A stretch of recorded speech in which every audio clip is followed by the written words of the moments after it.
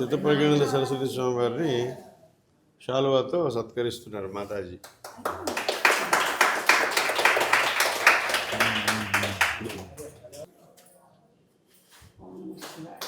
అలాగే పుష్పమాల.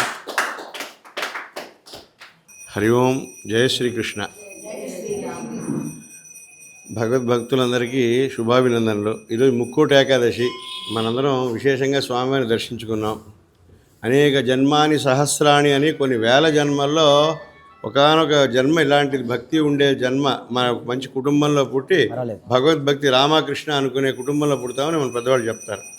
అనేక వేల జన్మల్లో ఉండే అపురూపమైన ఈ జన్మని సార్థకం చేసుకోవడం, మానవ జీవితాన్ని సార్థకం చేసుకోవడానికి ఇది ఒక సాధనం. ఈ మానవ జీవితం అనేది ఒక సాధనగా మనం మోక్షం పొందడానికి ఇది. పశుపక్షాదులకు కూడా మోక్షం కావాలి, కానీ పశుపక్షాదులకు అవకాశం లేదు. మానవ జీవితంలో రామాయణం, భారతం, భగవద్గీత ఇవన్నీ చదువుకుని మనం సాధు సంతుల్ని మన ఆచార్య శ్రవణం ద్వారా, ఆచార్యుల ద్వారా, గురువుల ద్వారా మనం కొన్ని విషయాలు నేర్చుకుని మనం ఎలా సద్గతి పొందాలి, ఉత్తమ గతి ఎట్లా పొందాలి అనేది మన పెద్దవాళ్ళు మనకి చెప్తారు. కాబట్టి ఆచార్యులను ఆశ్రయించడం అనేది భారతీయ సాంప్రదాయం. గురువు లేనిదే మనం ఏ రకంగానూ ఏమీ మనం నేర్చుకోలేం, ఎంత మంచి విషయం ఉన్నప్పటికీ. ఉదాహరణగా చెప్తారు మన పెద్దవాళ్ళు, ఒక గురువు శిష్యుడు వచ్చాట. గురువుగారి దగ్గరికి వస్తే గురువు యోగా నేర్పమన్నట్ట. గురువుగారు యోగా, బాబు నీ సంగతి నాకు తెలియదు, ఎలా నేర్చుకుంటావు, నేర్పనన్నట్ట. లేదండి నేర్పించుకుంటాను నేను, ఖచ్చితంగా మీరు ఎలా చెప్తే అలా చేస్తానన్నట్ట. గురుగారు ముక్కు పట్టుకో అన్నట్ట. యోగా ఈయన ఎవరి ముక్కు, 2 ముక్కులు ఉన్నాయి. గురుగారు ముక్కు పట్టుకున్నట్ట.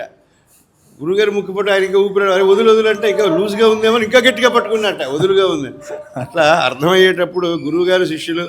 కాబట్టి సద్గురువు ఉండి గురువు ద్వారానే ఏదైనా విషయం నేర్చుకోవాలి. పుస్తకాలు చూస్తే లాభం లేదు అని మనకి సద్గతి పొందడానికి ఈ మానవ జన్మ ఉత్తమ మానవ జన్మ. ఇట్లాంటి ఈ మార్గంలో సాధు సంతులు, పరివ్రాజకాచార్యులు, అలాంటి సాధు సంతులు, సద్గురువులు మనకి మన మీద కరుణతోటి ఈ సమాజంలో ఉద్దీపన చేయడానికి, అందరిలో భగవద్భక్తి, భాగవత భక్తి, అట్లాగే భగవంతుడి మీద భక్తితో పాటుగా భగవంతుడి యొక్క భక్తుల మీద భక్తి, భాగవత భక్తి అంటారు.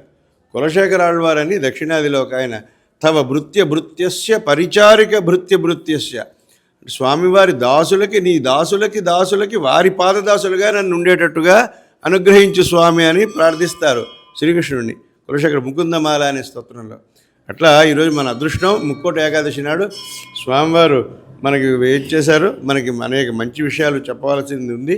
గురువుల ద్వారానే మనం అనేక విషయాలు నేర్చుకుంటాం. అట్లాగే ఈ పరంపరలో భాగంగా స్వామిని ఆత్మప్రియానంద సరస్వతి స్వామిని వారు ఈ స్వామివారి శిష్యరికంలో ఈ పరంపరలో, గురు పరంపరలో స్వామినిగా వచ్చారు. సర్వసంగ పరిత్యాగులుగా ఉండి సన్యాసిని జీవితం స్వీకరించి సమాజాన్ని ఉద్ధరించడానికి పూనుకున్నారు. అది మనందరూ చాలా అభినందనీయం. మనందరం ఒక్కసారి కరతాళ ధ్వనులతో మనం అభినందన చేద్దాం. ఇట్లా మన సమాజాన్ని మేల్కొల్పే వాళ్ళు అనేక మంది, శంకరాచార్య స్వామి వారు అంతకుముందు, ఆ తర్వాత అనేక మంది పెద్దవాళ్ళు వచ్చారు. శ్రీకృష్ణుడు అంటే కృష్ణం వందే జగద్గురం అని మొట్టమొదటి గురువు. అంతకుముందు శ్రీరామావతారం, త్రేతాయుగం వెళితే శ్రీరామావతారం, రామావతారంలో ప్రధానమైన అంశం మనం అనుకుంటాం రావణాసుడిని సంహరించడం అని. అది రెండో విషయం. అది పరిత్రాణాయ సాధూనాం వినాశాయ చ దుష్కృతాం, దుర్మార్గుల్ని సంహరించడం కూడా పని. కానీ అసలు మెయిన్ పని, ప్రధానమైన పని ఏమిటట, సాధు సంతులు, సత్పురుషులు మనలాంటి ఇప్పుడు సత్సంగం చేశారు. ఇప్పుడు అమ్మగారు చక్కగా భజన చేయించారు మనందరి చేత తరింపజేశారు. కాబట్టి ఇట్లాంటి సత్సంగం, ఇలాంటి సాధువుల్ని, సజ్జనుల్ని కాపాడడం ప్రధాన అంశంగా రామావతారంలో ప్రధానంగా ఋషులు, మహర్షులు తపస్సు చేసుకుంటుంటే 14 సంవత్సరాల వనవాసం ఆ మహర్షులకి స్వామివారి దర్శనం ఇవ్వడానికే అని మన పెద్దవాళ్ళు చెప్తారు. రావణాసుడిని చంపడం కూడా సెకండ్ ఒక మిష, కానీ ముందు సద్గతి. వీళ్ళందరికీ సద్గతి ఎట్లా, శరభంగ మహర్షి అట్లాంటి వాళ్ళందరూ రాములు రాక కోసం ఎదురు చూస్తున్నారు. శబరి వాళ్ళ గురుగారు మాతంగ మహర్షి చెప్పారని ఎదురు చూస్తోంది, అలాగే వేచి చూస్తోంది. కనుక వీళ్ళందరికీ పరామర్శ పలకరించాలి. రాముల వారు వచ్చి, అయ్యో నేనే రావాల్సింది, మీరు వచ్చారే అని రాముల వారే ఆయన దుఃఖితులయ్యారట. అట్లా వృషంభవతి దుఃఖిత, మన కష్టాలన్నీ చూసే రాముల వారికి ఇంకా ఎక్కువ కష్టం, ఆయన మనకు వచ్చిన కష్టం కానీ ఆయన ఎక్కువ బాధపడుతూ ఉంటే మిగతా వాళ్ళు వచ్చి ఓదార్చేవాళ్ళట. అట్లా రాముల వారి వృషంభవతి దుఃఖిత అని రాముల వారికి పేరు. కాబట్టి అట్లాంటి కరుణా సముద్రుడు శ్రీరామచంద్రుడు, అట్లాంటి పరంపరలో మనకి వశిష్ఠుడు, వాల్మీకి దగ్గర నుంచి ఆ పరంపరలో శంకరాచార్య స్వామి వారు అట్లా వస్తూ ఆ పరంపరలోనే మన స్వామివారు భగవద్గీతని బోధించడానికి కంకణం కట్టుకుని 2 ఉభయ రాష్ట్రాల్లో 1 కోటి మంది వాలంటీర్స్ రావాలి భగవద్గీత ప్రచారం. ఆ పరంపరలో భాగంగా ఇప్పుడు స్వామిని గారు భగవద్గీత ప్రచారం చేపట్టారు. మనకి చెప్తుంటారు ప్రతిరోజు భగవద్గీత చెప్పడం. అట్లాగే ఆ పక్కన కూర్చున్నవారు తమ సౌజన్య గారు, ఆమె కూడా పూర్తిగా డివోటెడ్గా చేసి భగవద్గీత ప్రచారానికి తన జీవితాన్ని అంకితం చేసుకుందామని ఆవిడ నిర్ణయించుకున్నారు. ఆవిడ కూడా స్వాగతం చెప్తూ మనం కరతాళ ధ్వనులు తెలియజేస్తాం. పరిచయం చేసిన ఆవిడ దుబాయ్ నుంచి వచ్చి ఇక్కడ స్వస్థలం శ్రీశైలం స్వస్థలం, కానీ దుబాయ్లో ఉంటుండగా ఆవిడకి భగవంతుడు ఎప్పుడు ఎవరికి ఎలాగ జ్ఞానోదయం చేస్తారో తెలియదు. ఆవిడ గీతా ప్రచారానికి అంకితం అవుతామని ఆవిడకి తోని వచ్చేసారు. ఇట్లా ఆవిడ కూడా మనందరం స్వాగతం చెప్పాం. ఇప్పుడు స్వామీజీ వారు స్వామిని వారికి దుశ్శాలువ కప్పుతారు, సత్కారం చేస్తారు ఆహ్వానిస్తూ. శుభం భవతు. ఓం భద్రం కర్ణేభిః శృణుయామదేవాః భద్రం పశ్యేమాక్షభిర్యజత్రాః స్థిరైరంగైస్తుష్టువాగుంసస్తనూభిः వ్యసేమ దేవహితం యదాయుః స్వస్తి న ఇంద్రో వృద్ధశ్రవాः స్వస్తి న పూషా విశ్వవేదాः స్వస్తి నస్తార్క్ష్యో అరిష్టనేమిః స్వస్తి నో బృహస్పతిర్దదాతు. ఓం శాంతి శాంతి శాంతి. సహవీర్యం కరవావహై తేజస్వినావధీతమస్తు మా విద్విషావహై. ఓం శాంతి శాంతి శాంతి. ఓం పూలమాలతో సత్కరించారు. ఆవిడని ఆహ్వానిస్తూ ఈ రకంగా ఆవిడ స్వామినిగా పూర్తిగా సన్యాసిని జీవితం స్వీకరిస్తూ దీక్ష తీసుకుంటున్నట్టుగా స్వామివారి శిష్యురాలుగా స్వామివారి అనుగ్రహంతో ఆవిడ గీతా బోధ ప్రచారానికి అంకితం అయ్యారు.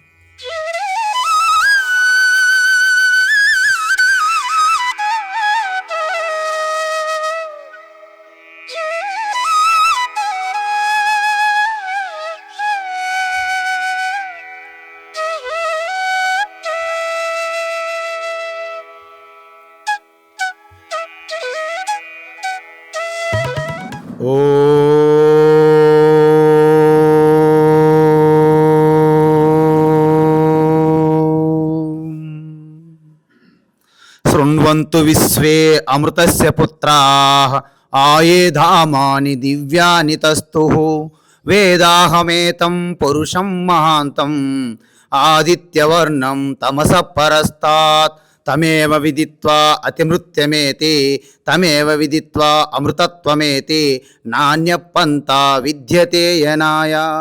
ఓం శాంతి శాంతి శాంతి. ఆత్మస్వరూప బంధుగణ, ఈరోజు ముక్కోటి ఏకాదశి అంటే వైకుంఠ ఏకాదశి అంటే ముక్తిదా ఏకాదశి. సంవత్సరంలో 24 ఏకాదశులు వస్తాయి. అయితే ఈ 24వ ఏకాదశి అయినటువంటి వైకుంఠ ఏకాదశి గురించి పద్మపురాణములో కానీ విష్ణు పురాణములో కానీ సకల శాస్త్రాల్లో దీని యొక్క విశిష్టత చాలా ఎక్కువ. ఒక్క ఏకాదశితోనే 23 ఏకాదశులు 3 కోట్ల ఏకాదశులు ఫలితానికి సమానమని చెప్పారు. ఇలాంటి రోజున మనము ఈ యొక్క సీతారామ నారాయణ స్వామి దేవస్థానంలో ఈ కార్యక్రమం పెట్టుకోవడం అనేది చాలా అద్భుతం. మీరందరూ ధన్యులు. ఈరోజు ఈ కార్యక్రమంలో భాగంగా మన అమ్మగారు స్వామిని ఆత్మప్రియానంద సన్యాసిని ఈ మధ్య నవరాత్రుల సమయంలో అమ్మవారు మన కనకదుర్గ సమక్షంలో అమ్మవారు సన్యాసం తీసుకోవడం జరిగింది. తర్వాత మన వారణాసి వెళ్ళి విశ్వనాథ క్షేత్రము విశాలాక్షి శక్తిపీఠమైనటువంటి కాశీలో ఉంటూ సాధన తపస్సు చేసుకొని భాగ్యనగరం వచ్చారు. సో వారి యొక్క పరిచయ కార్యక్రమం కూడా ఈరోజు ఇక్కడ జరపడం జరిగింది. ఈ కార్యక్రమానికి ముఖ్య అతిథిగా మన మిత్రులు ఇప్పుడే మాట్లాడారు. పరవస్తు కృష్ణ గారు సీనియర్ హైకోర్టు అడ్వకేట్ ఉభయ రాష్ట్రాలకి ఆంధ్ర తెలంగాణ, అదేవిధంగా central administrative tribunal senior council కూడా.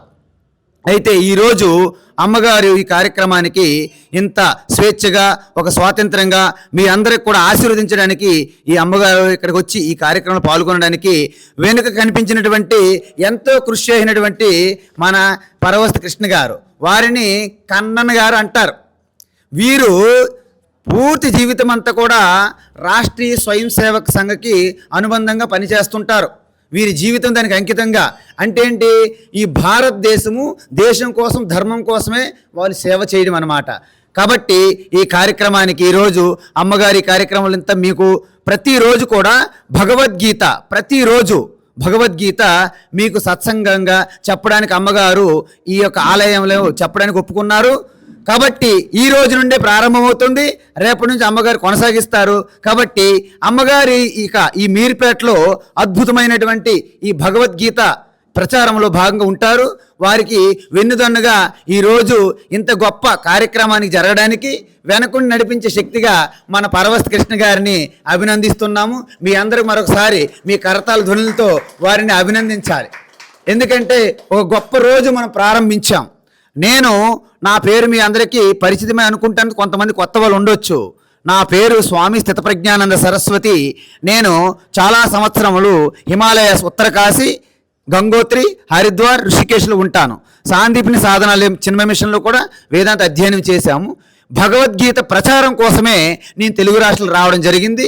గత 3 సంవత్సరాల క్రితము ఇక్కడ కూడా వచ్చి కార్యక్రమం నేను చేశాను, సత్సంగం చేశాను. మన రాముని యొక్క అయోధ్యలో ప్రాణప్రతిష్ఠ సందర్భంగా ఇంకంత పాదయాత్ర కూడా చేశాము, రథం చేశాము, రథయాత్రలో కూడా భాగస్వామ్యంగా ఉన్నాము. అప్పుడు కలశ పూజ కూడా జరిగింది, ఇక్కడ అద్భుతమైన సత్సంగం కూడా జరిగింది. ఆ కార్యక్రమానికి రామ్మూర్తి గారు అద్భుతంగా విశేషంగా కృషి చేశారు. అదేవిధంగా ఇప్పుడు కూడా వారి కృషి ఆధారంగానే ఇక్కడ కార్యక్రమం జరుగుతుంది. ఈ విధంగా ఇక్కడ సీతారామనారాయణ స్వామి దేవస్థానం అనేది ఈ భాగ్యనగరంలో ఒక అత్యద్భుతమైన ఆధ్యాత్మిక కేంద్రంగా, భక్తి కేంద్రంగా విరాజిల్లుతుందని నేను విశ్వసిస్తున్నాను. కాబట్టి ఈరోజు కార్యక్రమం ముఖ్య ఉద్దేశం ఏంటంటే వైకుంఠ ఏకాదశి. సో దాని గురించి 2 విషయాలు చెప్పాలి. వైకుంఠ ఏకాదశి వాస్తవానికి మన మిత్రులు ఇప్పుడు అర్జెంట్, వారికి టైం అయిపోతుంది కోర్టుకి, ఇప్పటికే చాలా ఆలస్యమైంది, వారు వెళ్తున్నారు. కాబట్టి మనము తరువాత కార్యక్రమం కొనసాగిస్తాం. ఓకే. ఓం నమః పార్వతీపతయే హర హర మహాదేవ్. జై శ్రీమన్నారాయణ, జై శ్రీరామ్, భారత్ మాతా కీ వందే.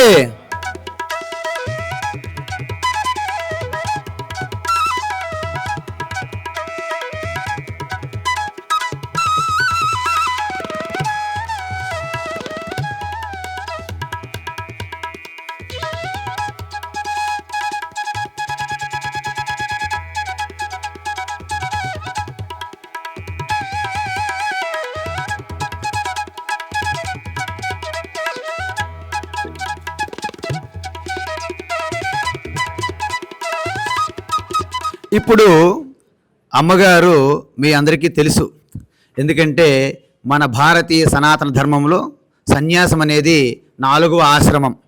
సన్యాసాశ్రమం అంటేనే సాహసంతో కూడుకున్నది. వివేకము, వైరాగ్యము, సాహసంతోనే సన్యాసం ముడిపడి ఉంటుంది. మరి అలాంటి ఎన్నో సాధక బాధకాలని ఎదుర్కొని తన తపశ్శక్తితో ఈరోజు సన్యాసాశ్రమంలో ప్రవేశించి ఆ నవరాత్రుల అమ్మవారి ఆశీర్వాదంతో సన్యాసి గ్రహించి కాశీక్షేత్రం వెళ్ళి అక్కడ సాధన చేసి వచ్చారు, మీ అందరికి కూడా ఆశీర్వదించడానికి.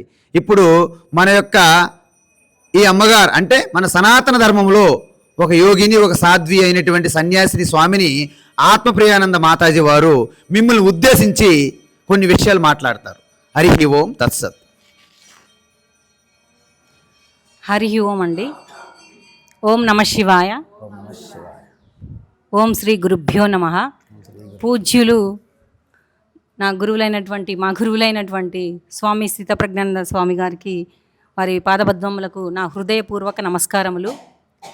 నేను వాస్తవానికి గృహస్థ జీవితం నుంచి సన్యాస జీవితానికి రావడానికి మూలం, నేను చిన్ననాటి నుండే ఒక సేవ అనే దృక్పథం బలంగా ఉండేదండి.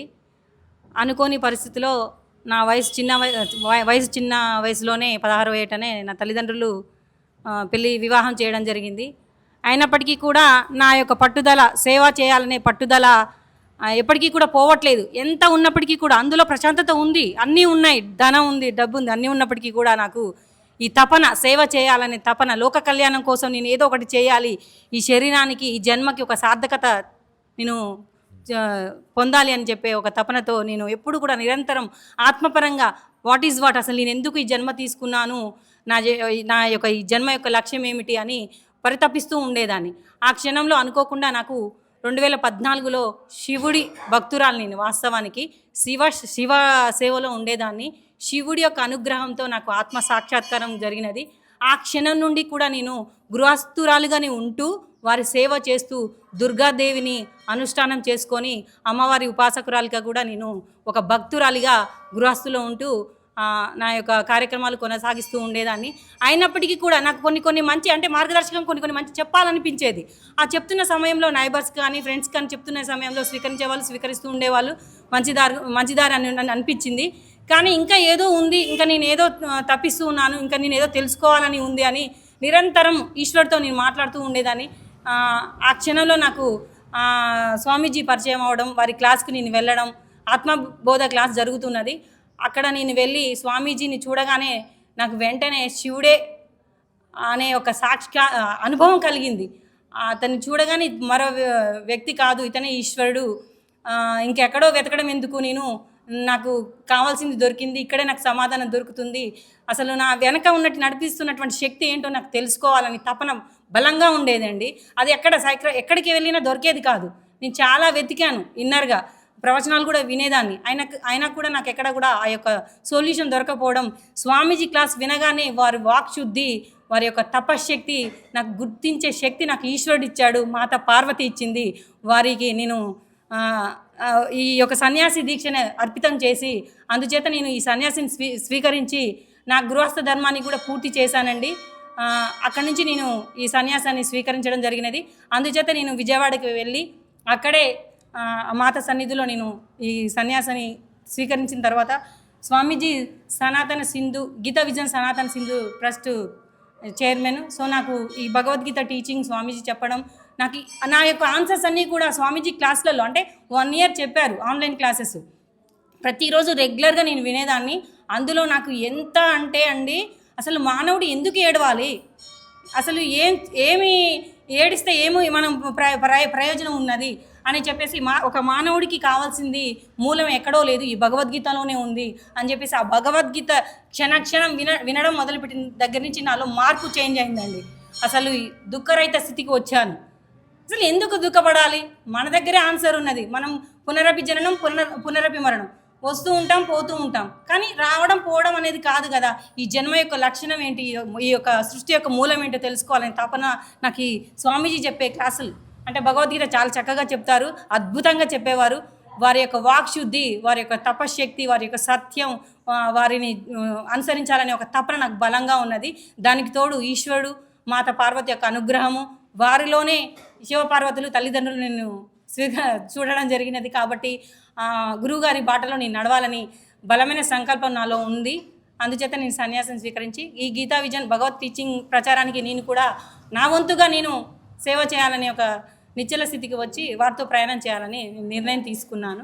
కాబట్టి నేను ప్రత్యేకించి చెప్పేది ఏం లేదండి, గురువే దైవము, గురువే తల్లి తండ్రి, సకలం గురువులోనే అన్నీ ఉంటాయి. ఎవరైతే సరైన గురువుని పట్టుకుంటారో వారికి ఆ జీవితం ధన్యమవుతుందని నా అనుభవపూర్వకంగా నేను తెలుసుకున్నాను. కాబట్టి మీరు కూడా మాతలందరూ కూడా హృదయపూర్వకంగా మీరు తెలుసుకోవాల్సింది ఒకటేనండి, మన చుట్టూ ఉన్న వాళ్ళు ఎంతోమంది ఉంటూ ఉంటారు, కానీ సత్యాన్ని తెలుసుకునే శక్తి మనకు కావాలి అంటే ఖచ్చితంగా సరైన గురువుని ఎంచుకోవాలి. అప్పుడే మన జన్మకి ఒక సార్థకత ఏర్పడుతుంది. కాబట్టి మీరు కూడా చక్కగా భగవద్గీతని ఆలకించండి. మా యొక్క ఈ గీతా విజన్ యూట్యూబ్ ఛానల్ ఉన్నది, సబ్స్క్రైబ్ చేసుకొని రెగ్యులర్గా మీరు స్వామీజీ యొక్క క్లాసెస్ ఆలకించండి.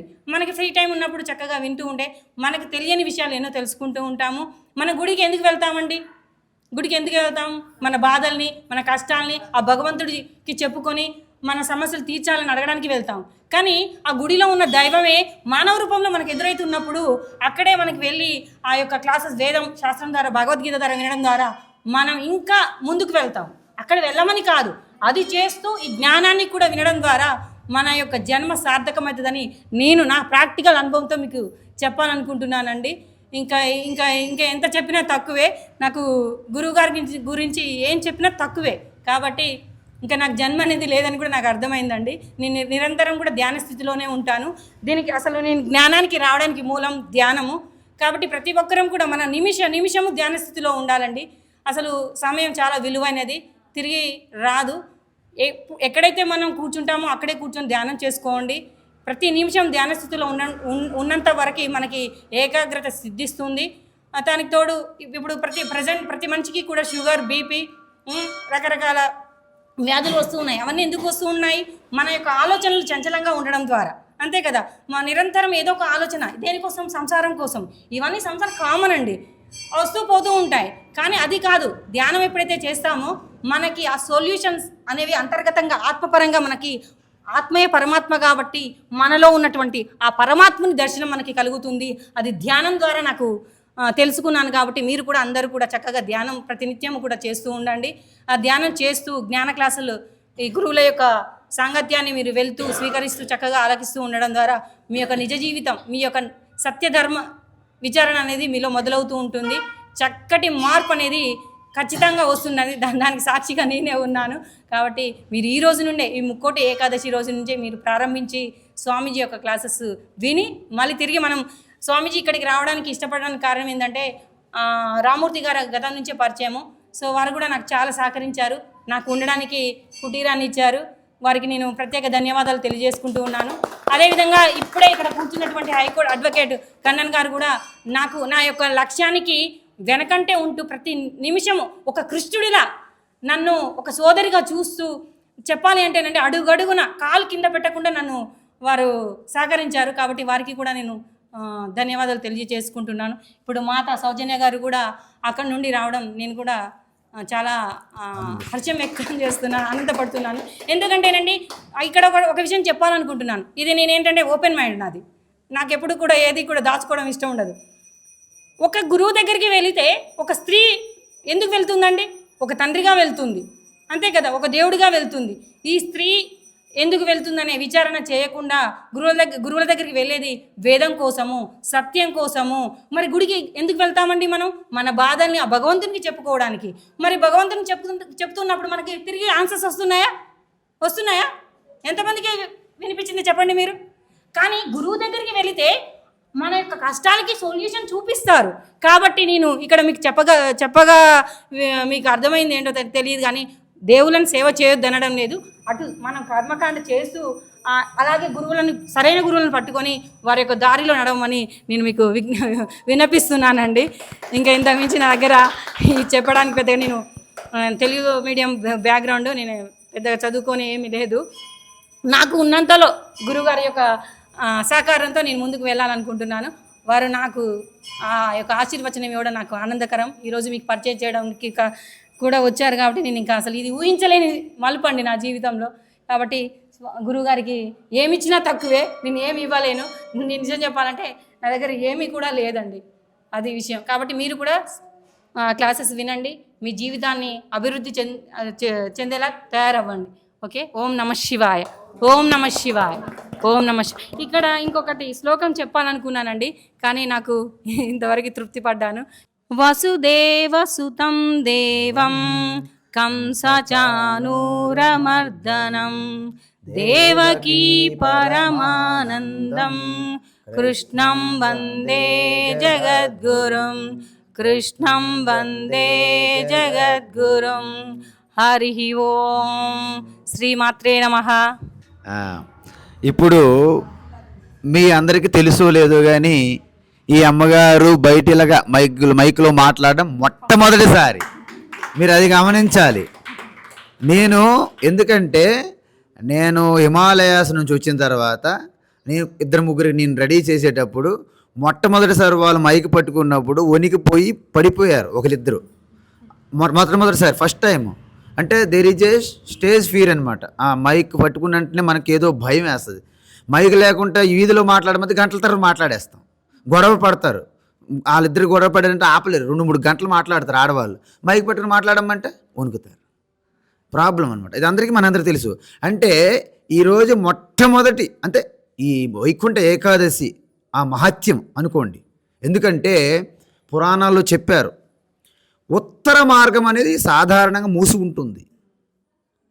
ఏ విష్ణు ఆలయంకి వెళ్ళండి, రామాలయం, విష్ణు ఆలయం, కృష్ణాలయం, ఎక్కడికి వెళ్ళినా ఈరోజు ఉత్తర ద్వారం తెరవడం జరుగుతుంది. ఎందుకు? ఇది మార్గశీర్ష మాసంలో ఈ ఏకాదశి వస్తుందంటే ఇక్కడ నుండి ఉత్తరాయణం ప్రారంభమవుతుందన్నమాట. ధనుస్సు రాశిలో ప్రవేశిస్తారు సూర్య భగవాన్. అంతేంటి, సాధారణ సమయంలో చేసిన దానికంటే ఈరోజు చేసే తపస్సు ఏదైతే ఉందో, ఉపవాసం కానీ, జాగరణ కానీ, అభిషేకం కానీ, అలంకరణ కానీ, సేవ కానీ ఏదైనా చేసినా మామూలు రోజుల కంటే 1000 రెట్లు ఎక్కువ. ఇది పురాణాల్లో ఎందుకు చెప్పారంటే, పురాణాలలో తత్వం చెప్పకుండా డైరెక్ట్ కథ చెప్పి దాని వెనక తత్వాన్ని దాచిపెడతారు. ఎందుకంటే పిల్లలకి మనము ఒక మెడిసిన్, ఒక ఆరోగ్యం కోసం ఏమైనా పెట్టేటప్పుడు కాకరకాయ ఎలా ఉంటుంది, కానీ కాకరకాయ తినాలి కానీ చేదుగా ఉంటుంది. మరి అమ్మ ఏం చేస్తుంది, బెల్లమేసి వండుతుంది కాకరకాయ. అప్పుడేమవుతుంది, ఆ బెల్లం రుచి వలన కాకరకాయ తింటారు. బెల్లం ఇంపార్టెంట్ కాదు, తినమని కాదు అమ్మగారికి, కాకరకాయ ఏదో రకంగా తినాలి పిల్లడు. మెడిసిన్ కూడా అలాంటిదే. కొన్ని మెడిసిన్ ముందు ఒక షుగర్ కోట్ చేస్తారు, స్వీట్గా ఉండేటట్టు, లోపలంతా చేదుగా ఉంటుంది. కాబట్టి ఈరోజు ఎంత గొప్ప విషయం అంటే, పురాణాల ప్రకారంగా ఏం చెప్పారంటే, యావత్తు సృష్టి అంతా కూడా ఈ అమృతం అంటే బ్రహ్మ విద్య ప్రకటన కావడానికి ప్రయత్నించిన సమయంలో ఆసురీ సంపత్తు, దైవీ సంపత్తు రెండు కలిసి ఆ యొక్క క్షీరసాగర మంథనం అనేది ఏదైతే ఉందో, ఫస్ట్ మొట్టమొదటిసారి ఏమొస్తుంది విషం, ఆలాహలం. ఆలాహలం వస్తుందా? అయితే ఆలాహలం ఎవరు తీసుకున్నారు? ఎవరు? రాక్షసులు తీసుకున్నారా? లేదు. ఆలాహలం వస్తే యావత్ సృష్టి దగ్ధమైపోతుందని. మరి జగత్పిత, జగత్తుకి రక్షించిన బాధ్యత ఎవరు? దేవోంకే దేవ్, మహాదేవ్. సో మహాదేవ్ ఎక్కడ తీసుకున్నారు? లోపల తీసుకుంటే పురాణాలు ఏముంటుంది, సాక్షాత్ ప్రకృతి రక్షిస్తుంది. అందుకే ప్రకృతి శివునికి ఆపినప్పుడు ఇక్కడ నీలకంఠుడు అయ్యారా లేదా? నీలకంఠ భగవానికి అయింది. తర్వాత ఏమొచ్చాయి? అప్సరసలు, ఐరావతము, ఉచ్చైశ్రవము అనేక వచ్చాయి కదా. అంటే దీని అర్థం తర్వాత ఏమొచ్చింది? చంద్రుడు. తర్వాత ఏమొచ్చింది? లక్ష్మీదేవి. చివరికి ఏమొచ్చింది? అమృతం. ఇది మనకి కథ. ఈరోజు ఆలాహలం వచ్చింది, ఇదే రోజు చివరికి అమృతం వచ్చిన రోజు. అంటే ఈ వైకుంఠ ఏకాదశి రోజున 2 వచ్చాయి. ఒకటి ఆలాహలం, 2 అమృతము. అంటే ఇదే రోజు మీరు ఎంత కష్టపడి సాధన చేస్తే అది ఆలాహలం లాంటిది, మీకు వచ్చినటువంటి ఆనందము, శాంతి అనేది అమృత తుల్యము. అదేవిధంగా మన సాధన చేస్తుంటాం కదా, మీరు ఎవరైనా సరే భక్తి కానీ ఈ సాధన ప్రారంభించినప్పుడు మీకు ఎవరు రెడ్ కార్పెట్ స్వాగతం పలకరు. ఎందుకు ఈ చాదస్తము, ఎందుకు ఈ పొరపాటు, ఎందుకు ఈ మూర్ఖత్వము, ఎందుకు భగవద్గీత చదువుతున్నారా? భగవద్గీత అనేది ఐసీయూలో ఉన్నప్పుడు చదవాలి, కానీ మీరు మంచిగా ఉన్నప్పుడు భగవద్గీత మీకు ఎందుకు అంటారు? ఎక్కడ చదవాలి? ఎలా ఉన్నప్పుడు చదవాలి భగవద్గీత? ఐసీయూలో, అపోలోలో, యశోద హాస్పిటల్ ఐసీయూలో ఉండేటప్పుడు ఇక డైరెక్ట్గా అక్కడ తీసుకుపోతారన్నమాట, అక్కడ చదవాలంటారు. అలా కాదు, ఎప్పుడైతే ఆరోగ్యంగా ఉన్నారో అప్పుడే చదవాలి. జయతు జయతు దేవో దేవకీ నందనోయం, జయతు జయతు కృష్ణో వృష్ణివంశ ప్రదీప, జయతు జయతు మేఘ శ్యామలా కోమలాంగ, జయతు జయతు పృథ్వీ భారనాశో ముకుంద, కృష్ణా త్వదీయ పద పంకజ పంజరాంతం, అద్యైవ మే విశతు మానస రాజహంస, ప్రాణా ప్రయాణ సమయే కపవాత పిత్తై, కంఠావరోధన విధౌ స్మరణం కుతస్థే. హే కృష్ణ, నువ్వెంత గొప్పవాడివి, నీ వలన యావత్తు యదువంశము, వృష్ణివంశము మొత్తం పునీతమైనది, పావనమైనది. నీ వలన యావత్తు భరతవర్షం పావనమైనది. యావత్తు భూమి మీద ఉన్నటువంటి అధర్మాన్ని మొత్తం నాశనం చేయడానికి వచ్చినటువంటి ఓహో మహాపురుష, పురుషోత్తమ కృష్ణ, త్వదీయ, నువ్వు ఈరోజు ఇక్కడ నా హృదయంలో ప్రవేశించు. నా హృదయం అనేది ఒక పద్మము, నీ కోసం ఆసనంగా సిద్ధమై ఉన్నది. మానస రాజహంసలాగా, ఒక రాజహంస ఎలాగైతే ఉంటుందో మానస సరోవరంలాగా, మానస సరోవరములో హంసలు ఎలాగైతే తిరుగుతాయో, ఈ మనస్సు అనే నా హృదయం అనే సరోవరములో హే కృష్ణ రాజహంస వలె ప్రవేశించు. ఎప్పుడు? చనిపోయినప్పుడా? కాదు, ఇప్పుడు నౌ హియర్ అంటాడనమాట. అర్థమైందా? మీరందరూ కూడా చనిపోయినప్పుడు మోక్షము దేవుడు అనుకోకూడదు. No compromise. ఏంటి? నో కాంప్రమైజ్ చెప్పండి గట్టిగా. అంటే ఇప్పుడు ఇక్కడే కృష్ణ దర్శనం కావాలి మీకు, అవునా వద్దా? చనిపోయినప్పుడా? కాబట్టి అందువలన మీ అందరూ కూడా ఈరోజు ఎంత అద్భుతమైన రోజు అండి.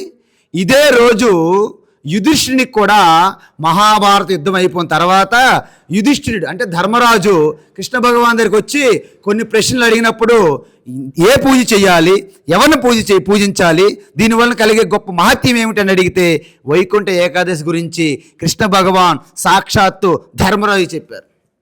ఇదే రోజు సంవత్సరం పాటు పూర్తిగా ఏకాదశి వ్రతం చేస్తూ 23 ఏకాదశి వ్రతాలు చేసి 24వ ఏకాదశి వ్రతంలో రోజున అంబరీషుడు పూజ ప్రారంభిస్తే ఈయనకి ఆఖరి పరీక్ష పెట్టడానికి దూర్వాస మహర్షి వచ్చాడు. దూర్వాస మహర్షి వచ్చి ఆ రోజు అంటాడు, నేను ఇప్పుడే నదీ స్నానం చేసి వస్తాను, నువ్వు వెయిట్ చేయి అంటాడు. ఆతిథ్యం కదా. అయితే దూర్వాస మహర్షి పరీక్ష పెట్టడానికి వస్తాడు, సామాన్యంగా రాడు. కాబట్టి ఆయన ఏం చేశారంటే లేటుగా వచ్చారు. అయితే లేటుగా వచ్చేటప్పుడు అక్కడ ఉన్నటువంటి బ్రాహ్మణ విద్వాంసులు ఎవరైతే ఉన్నారో, రాజా మీరు 12 గడియలు ముగిసిపోతున్నాయి, కాబట్టి కొద్దిపాటి జలమైన స్వీకరించండి, లేకపోతే సంవత్సరం పాటు చేసినటువంటి ఏకాదశి వ్రతం అనేది ఫలితం ఇవ్వదు అని చెప్పారు. అప్పుడు ఎలాగా కేవలం జలం స్వీకరించినంత మాత్రానే దూర్వాస మహర్షి తెలిసింది.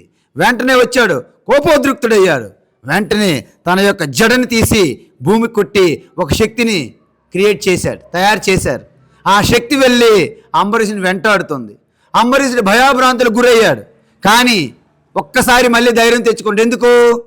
సాక్షాత్తు విష్ణువుకు నేను అపరాధం చేయలేదు, ఆయన కోసమే ఈ యొక్క దేహము, ఆయన కోసమే నా జీవితము, ఆయన కోసమే సర్వస్వముగా ఆ అంతర్యామిగా ఉన్నటువంటి ఆ హయ్యర్ పవర్ ఏదైతే ఉందో, సుప్రీం సెల్ఫ్ పరమాత్మ, దాన్ని ప్రార్థించి వ్రతం దగ్గర కూర్చుని వెంటనే ఆ శక్తికి రక్షణగా ఎప్పుడైతే సుదర్శన దారికి ఎప్పుడైతే ప్రార్థించాడో వెంటనే సుదర్శన చక్రం అక్కడి నుంచి కదిలింది.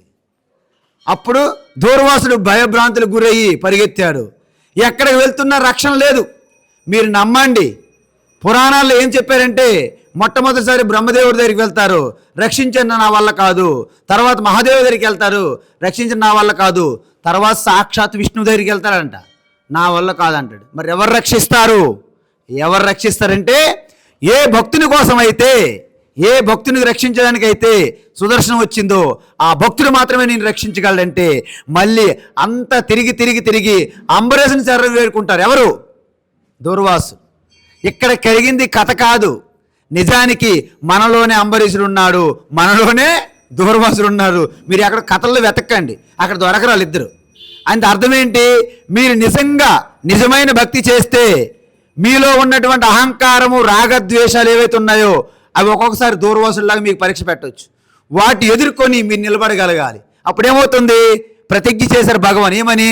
అనన్యా చింతయంతో మా ఏ జనా పర్యుపాసతే తేషాం నిత్యాభియుక్తానాం యోగక్షేమం వహామ్య. చూసారా? ఎవరైతే మొత్తం అన్ని చింతనలు విడిచిపెట్టి పరమాత్మను వేడుకుంటే, పరమాత్మ చింతన ఎలా చేయాలి? త్రికరణ శుద్ధితో అమ్మగారు చెప్పారు. నిరంతరం ధ్యానంలో అన్నారు. అర్థం ఏంటి? దాన్నే త్రికరణ శుద్ధి, అనన్య చింతన అంటారు. అంటే ఉదయం లేచినప్పటి నుండి మీ డ్యూటీలు మీరు చేసుకోండి, కానీ అంతర్ముఖములో మీ యొక్క మనసులో, హృదయంలో ఈశ్వరుని స్మరణ. వంట వండుతున్నప్పుడు కూడా ఆ సాక్షాత్ భవానీ మాతని, ఆ లక్ష్మీదేవిని, ఆ యొక్క పరమాత్మ ఈశ్వర స్మరించుకొని వంట చేయండి. వంట అమృత తుల్యమైపోతుంది. లేకపోతే అలాగ చేదరించుకొని అలాగ ఏదో ఒక చిరాకు పరాకులతో, భయభ్రాంతులతో, దుఃఖముతో, శోకముతో, కోరికలతో మీరు విషాదంగా ఉండి వంట చేస్తే మీరు ఎలాంటి వంట చేసినా అది విషతుల్యమైపోతుంది. మీకు అర్థమవుతుందా? మీరు ఒకసారి ప్రయత్నించండి. ఇప్పుడు మీరు ఎప్పుడైనా సరే వంట రేపటి నుంచి చేసేటప్పుడు విష్ణు సహస్రనామము, భగవద్గీత చదువుతూ ఆ కీర్తనము, శ్రవణం కీర్తనం విష్ణు స్మరణం పాదసేవనం అర్చనం వందనం దాస్యం శక్యమాత్మ నివేదనం. అంటే ఈ 9 రకాలు ఏదో ఒకటి స్మరించుకోమని చెప్పారు. నవవిధ భక్తి అంటారు భాగవత పురాణంలో. అంటే అర్థం ఏంటి? అంటే మీరు లేచినప్పటి నుండి పడుకున్నంత వరకు ప్రతి కార్యక్రమం కానీ, ప్రతి చేష్ట కానీ, అది వాక్తో కానీ, శరీరంతో కానీ, మనసుతో కానీ ఒక ఈశ్వరుని మీరు అనుసంధానించాలి. ఈశ్వరుడు అంటే ఎక్కడో లేరు. మీ భూమి రూపంలో ఈశ్వరుడు ఉన్నారు, నీరు రూపంగా ఈశ్వరుడు ఉన్నారు, అగ్ని రూపంలో ఈశ్వరుడు ఉన్నారు, వాయు రూపంలో ఈశ్వరుడు ఉన్నారు, ఆకాశ రూపంలో ఈశ్వరుడు ఉన్నారు, గ్రహాలు, నక్షత్రాలు, చెట్లు, చాములు, పక్షులు, పురుగులు, కీటకాలు, జంతువులు, మనుషులు, సకలం అంతా కృష్ణమయం జగత్. బహూనాం జన్మనామంతే జ్ఞానవాన్ మాం ప్రపద్యతే వాసుదేవ సర్వం ఇతి. సృష్టి అంతా వాసుదేవమయం. ఇది ఎవరు తెలుసుకుంటారో అలాంటి వాళ్ళు దుర్లభం. సమహాత్మ దుర్లభ. అందువలన ఇప్పుడు మనలో ఏదైతే ఉందో ఈ యొక్క తమోగుణము, రజోగుణము, ఈ రెండింటి కలిపి ముర అంటారు. ఏంటండి? ముర. ముర అంటే తమోగుణంతో కూడిన మోహము, రజోగుణంతో కూడిన రాగద్వేషాలు. ఈ రెండు కలిసి ఏమైంది? ముర. ఓకేనా? ముర అనేది మన లోపల ఉన్నది, బయట ఉన్నది. కాబట్టి ఆ ముర అనే అసురుడు ఎవరైతే ఉన్నారో మొత్తం దేవతలకి యజ్ఞయాగాలు చేసే తాపసులకు, భక్తులకి హింసిస్తున్నాడు అనమాట. అప్పుడు దేవతలు అందరూ కూడా, భక్తులు, ఋషులు, యోగులు శ్రీమన్నారాయణ దగ్గరికి వెళ్ళి మమ్మల్ని రక్షించండి అని వేడుకున్నారంట. మరి ఆయన నుంచి రక్షించాలా? అప్పుడు ఆయన ఏం చేశాడు? సర్లే నేను రక్షిస్తున్న అభయం ఇచ్చారు. ఎవరు? నారాయణ. అవునా? అయితే ఆయన బదరికి వనం ఉన్నది అక్కడ, అంటే బద్రీనాథ్ మీకు తెలుసు కదా. బద్రీ విశాల భగవానికి జై జై అని చెప్పండి. అక్కడ బదరికాశ్రమంలోకి వెళ్ళి అక్కడ కూర్చొని నారాయణ ఆలోచిస్తున్నాడు. ఎందుకు? ఏదైనా చేసే ముందు మనం ఆలోచించాలి, తపస్సు చేయాలి, ధ్యానం చెయ్యాలి. అప్పుడు చేస్తుంటే ఈ ముర అసురుడు ఏం చేశాడంటే వెళ్ళి ఆ యొక్క నారాయణ మీద కూడా దాడి చేయాలనుకున్నాడంట. అర్థమైందే? అప్పుడు నారాయణ హ్యావింగ్ వన్ మాయాశక్తి, అవునా కాదా? ఇప్పుడు ఏవైతే సృష్టి అంతా కూడా సృష్టికి ముందు ఒక్కటే ఉంది. ఏంటది? సత్యం, జ్ఞానం, అనంతం బ్రహ్మ. ఓకేనా? ఆ చిదానంద రూప నారాయణ తన యొక్క మాయశక్తులు ప్రకటమైందట. ఎందుకు? ఆ గుహ ఎవరిది? హైమావతి. హైమ అంటే ఎవరు? వేదమాత. ఆ ఉమాదేవి గుహ నుండి ఒక శక్తి వచ్చిందనమాట. శక్తి వచ్చి ఆ యొక్క మురాసురుణ్ణి సంహరించిందనమాట. అప్పుడు ఆయన పేరు ఏమైంది? మురారి. ఏమైంది? మురారి అంటే మురా అనే అసురుణ్ణి సంహరించినటువంటి మురారి. అయితే వెంటనే అక్కడ ఏ శక్తి అయితే దైవీ శక్తి, దైవీ హేష గుణమయీ మమ మాయా దురత్యయ మామే వయే ప్రపద్యంతే మాయామే తాం తరంతితే అని గీతలు చెప్పారా? అప్పుడు ఆ యొక్క ఏ శక్తి అయితే మురాని అసురుని సంహరించిందో ఆ శక్తి పేరు ఏకాదశి అని పేరు పెట్టారు. మరి ఆ శక్తి ఎవరైతే మనకి సాయం చేసిందో ఆ ఏకాదశిని మనం పూర్తిగా నిష్ఠాశ్రద్ధ భక్తులతో ఆ నారాయణ్ణి మనం సేవించి పూజిస్తే ఆ రోజు 3 కోట్ల దేవతలు కానీ 33 కోట్లు కానీ, ఎందుకంటున్నాను? నెంబర్తో మనకు పని లేదు. ఈ సృష్టిలో ఉన్న ప్రతి విభూతి పరమాత్మ స్వరూపమే. వాస్తవానికి పరమాత్మ ఒక్కటే. ఏకం సత్ విప్ర బహుదా వదంతి. ఏకం సత్ విప్ర బహుదా వదంతి అజాయమానో బహుదా విజాయతే. దానికి రూపం లేదు. ఇప్పుడు అక్కడ తాడు ఉన్నది, సంధ్యా సమయంలో తాడు ఉన్నది, అక్కడ తాడు పడి ఉన్నది. ఓకేనా? ఆ చీకట్లో వెళ్తుంటే ఒక అమ్మగారు అంటారు, అయ్యో ఇది పాము అన్నదట అమ్మగారు. మీరు అన్నారు ఇది పాము కాదు, ఇదేదో నీటి దార అన్నారట మీరు. ఇంకొక అతను వచ్చాడు, ఆయన ఇది నీటి దార కాదు, పాము కాదు, ఇదేదో భూమి పగిలింది, భూఛిద్రం అన్నాడు ఆయన. ఇంకొక ఆవిడ వచ్చింది, అమ్మ ఇది ఎండిపోయిన మాల్లాగా ఉంది, పూలమాలలాగా ఉంది అన్నారు. ఇంతకీ అక్కడ ఉన్నది ఏంటి? తాడా, నీటిదార, పూలమాల, కర్ర, భూఛిద్రమా? ఏంటి అవి? ఇవన్నీ ఇమాజినేషన్స్. కాబట్టి 33 కోట్ల దేవతలైనా 3 కోట్ల దేవతలైనా అంత కూడా చివరికి ఒకటే పరమాత్మ. ఒకే సూర్య భగవానుడు 10 బకెట్లు పెడితే 10 బకెట్లో ప్రతిబింబం ఉంటుంది. ఇంతకీ సూర్యుడు 10 సూర్యులు అయ్యారా? ఒకటేనా? బకెట్లో 10. నిజంగా ఉన్నది నిజానికి పరమాత్మ నారాయణ ఒకటే. యావత్ సృష్టిలో 3 కోటి దేవతలు అంటే అర్థమేంటయింది? ఇప్పుడు నేను చెప్తాను. మనము 100 బకెట్లు పెడితే ఉదయాన్ని సూర్య భగవానుడు తన 100 దేవతలతో కలిసి మీకు దర్శనమిస్తారు. ఎవరు? సూర్యుడు. 100 బకెట్లు పెట్టారా ఇంటి ముందు? ఉదయం లేచినని పూజ చేస్తే సూర్య భగవాను తన 100 సూర్యులతో కలిసి నాకు దర్శనమిచ్చారు. ఎలాగా? 100 బకెట్లో సూర్యుని ప్రతిబింబంగా ఒక సూర్యునిగా. ఇప్పుడు 3 కోట్ల దేవతలు అంటే ఎవరు? నారాయణ యొక్క ప్రతిబింబాలేనా? అర్థమైందా?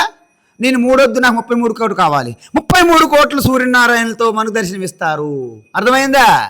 కాబట్టి అందుకే దీన్ని ముక్కోటి ఏకాదశి అన్నారు. అంటే ఈరోజు తన నారాయణ తన యావత్ విభూతులతో సహా మీకు దర్శనమిస్తారు. కాబట్టి ఈరోజు చాలా గొప్ప పవిత్రమైన పుణ్యదినం అనమాట. అందుకే ఎప్పుడు క్లోజ్ అయి ఉన్నటువంటి ఉత్తర ద్వారాన్ని తెరిచి సకల భక్తులకి ఇది దర్శనం ఇవ్వడానికి ఈరోజు ఉత్తర ద్వారం తెరుస్తారన్నమాట. అంటే ఎందుకంటే అతి అల్పంలోనే అత్యంత మోక్ష సాధకమైనటువంటి పురుషార్థమైనటువంటి మోక్షాన్ని ప్రసాదిస్తారు. అది మీరు అనొచ్చు, పూజ చేస్తేనే మోక్షం వచ్చేద్దా స్వామి? భగవద్గీతకి విరుద్ధం కదా. భగవద్గీత ఏం చెప్పింది? నీ ఆత్మజ్ఞానము ఆత్మతత్వం తెలుసుకుంటే మోక్షం కదా. మరి ముక్కోటి ఏకాదశి రోజు నేను వ్రతం చేస్తే నాకు మోక్షం వస్తుందా అంటే, ఇది ఎలాంటిదంటే, ఈ ముక్కోటి ఏకాదశి రోజు మీరు ఎవరైతే నారాయణునికి విష్ణుకి ఆరాధన చేస్తారో మీలో ఉన్నటువంటి మాలిన్యాలు కల్మషాలు రాగద్వేషాలన్నీ పోతాయి. పోయిన తర్వాత ఏమవుతుంది? మీలో ఒక శ్రద్ధ కలుగుతుంది భగవాన్ మీద. తద్విద్ధి ప్రణిపాతేన పరిప్రశ్నేన సేవయా ఉపదేక్షంతి తే జ్ఞానం జ్ఞానినస్తత్వదర్శినః. అప్పుడు మీరు మోక్షాన్ని పొందడానికి అర్హులు, యోగ్యులు అవుతారన్నమాట. అంటే చూడండి, ముక్కోటి ఏకాదశి మీకు డైరెక్ట్గా మోక్షం కాకపోయినా ఇండైరెక్ట్గా మోక్షానికి ఉపయోగపడుతుందా లేదా? దానివల్లనే దానికి ముక్కోటి ఏకాదశి మోక్షద ఏకాదశి అని పేరు వచ్చింది. మోక్షద అంటే ఏంటి? మోక్షాన్ని ఇచ్చేది అని అర్థం. ఇప్పుడు చూడండి, మన పాప ఎంబీబీఎస్లో జాయిన్ చేస్తాం. ఫస్ట్ ఇయర్లోనే రమ్యశ్రీ ఎంబీబీఎస్ అని రాసుకుంది బుక్ మీద.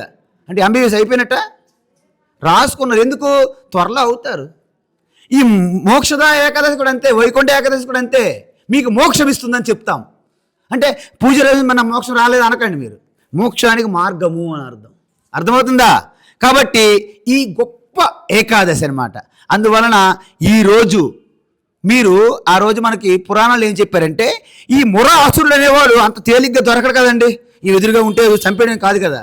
ఆయన అనేక రూపాలు మారుస్తూ తిరుగుతుంటాడు అసురుడు అంట, మన లోపల బయట రెండిట్లో కూడా. ఓకే, అయితే ఆయన ఒకటి ఆలోచించాడట, నాకు ఎక్కడ ఏ ప్లేస్లో నేను దాక్కుంటే మంచిది ఆలోచిస్తాడ.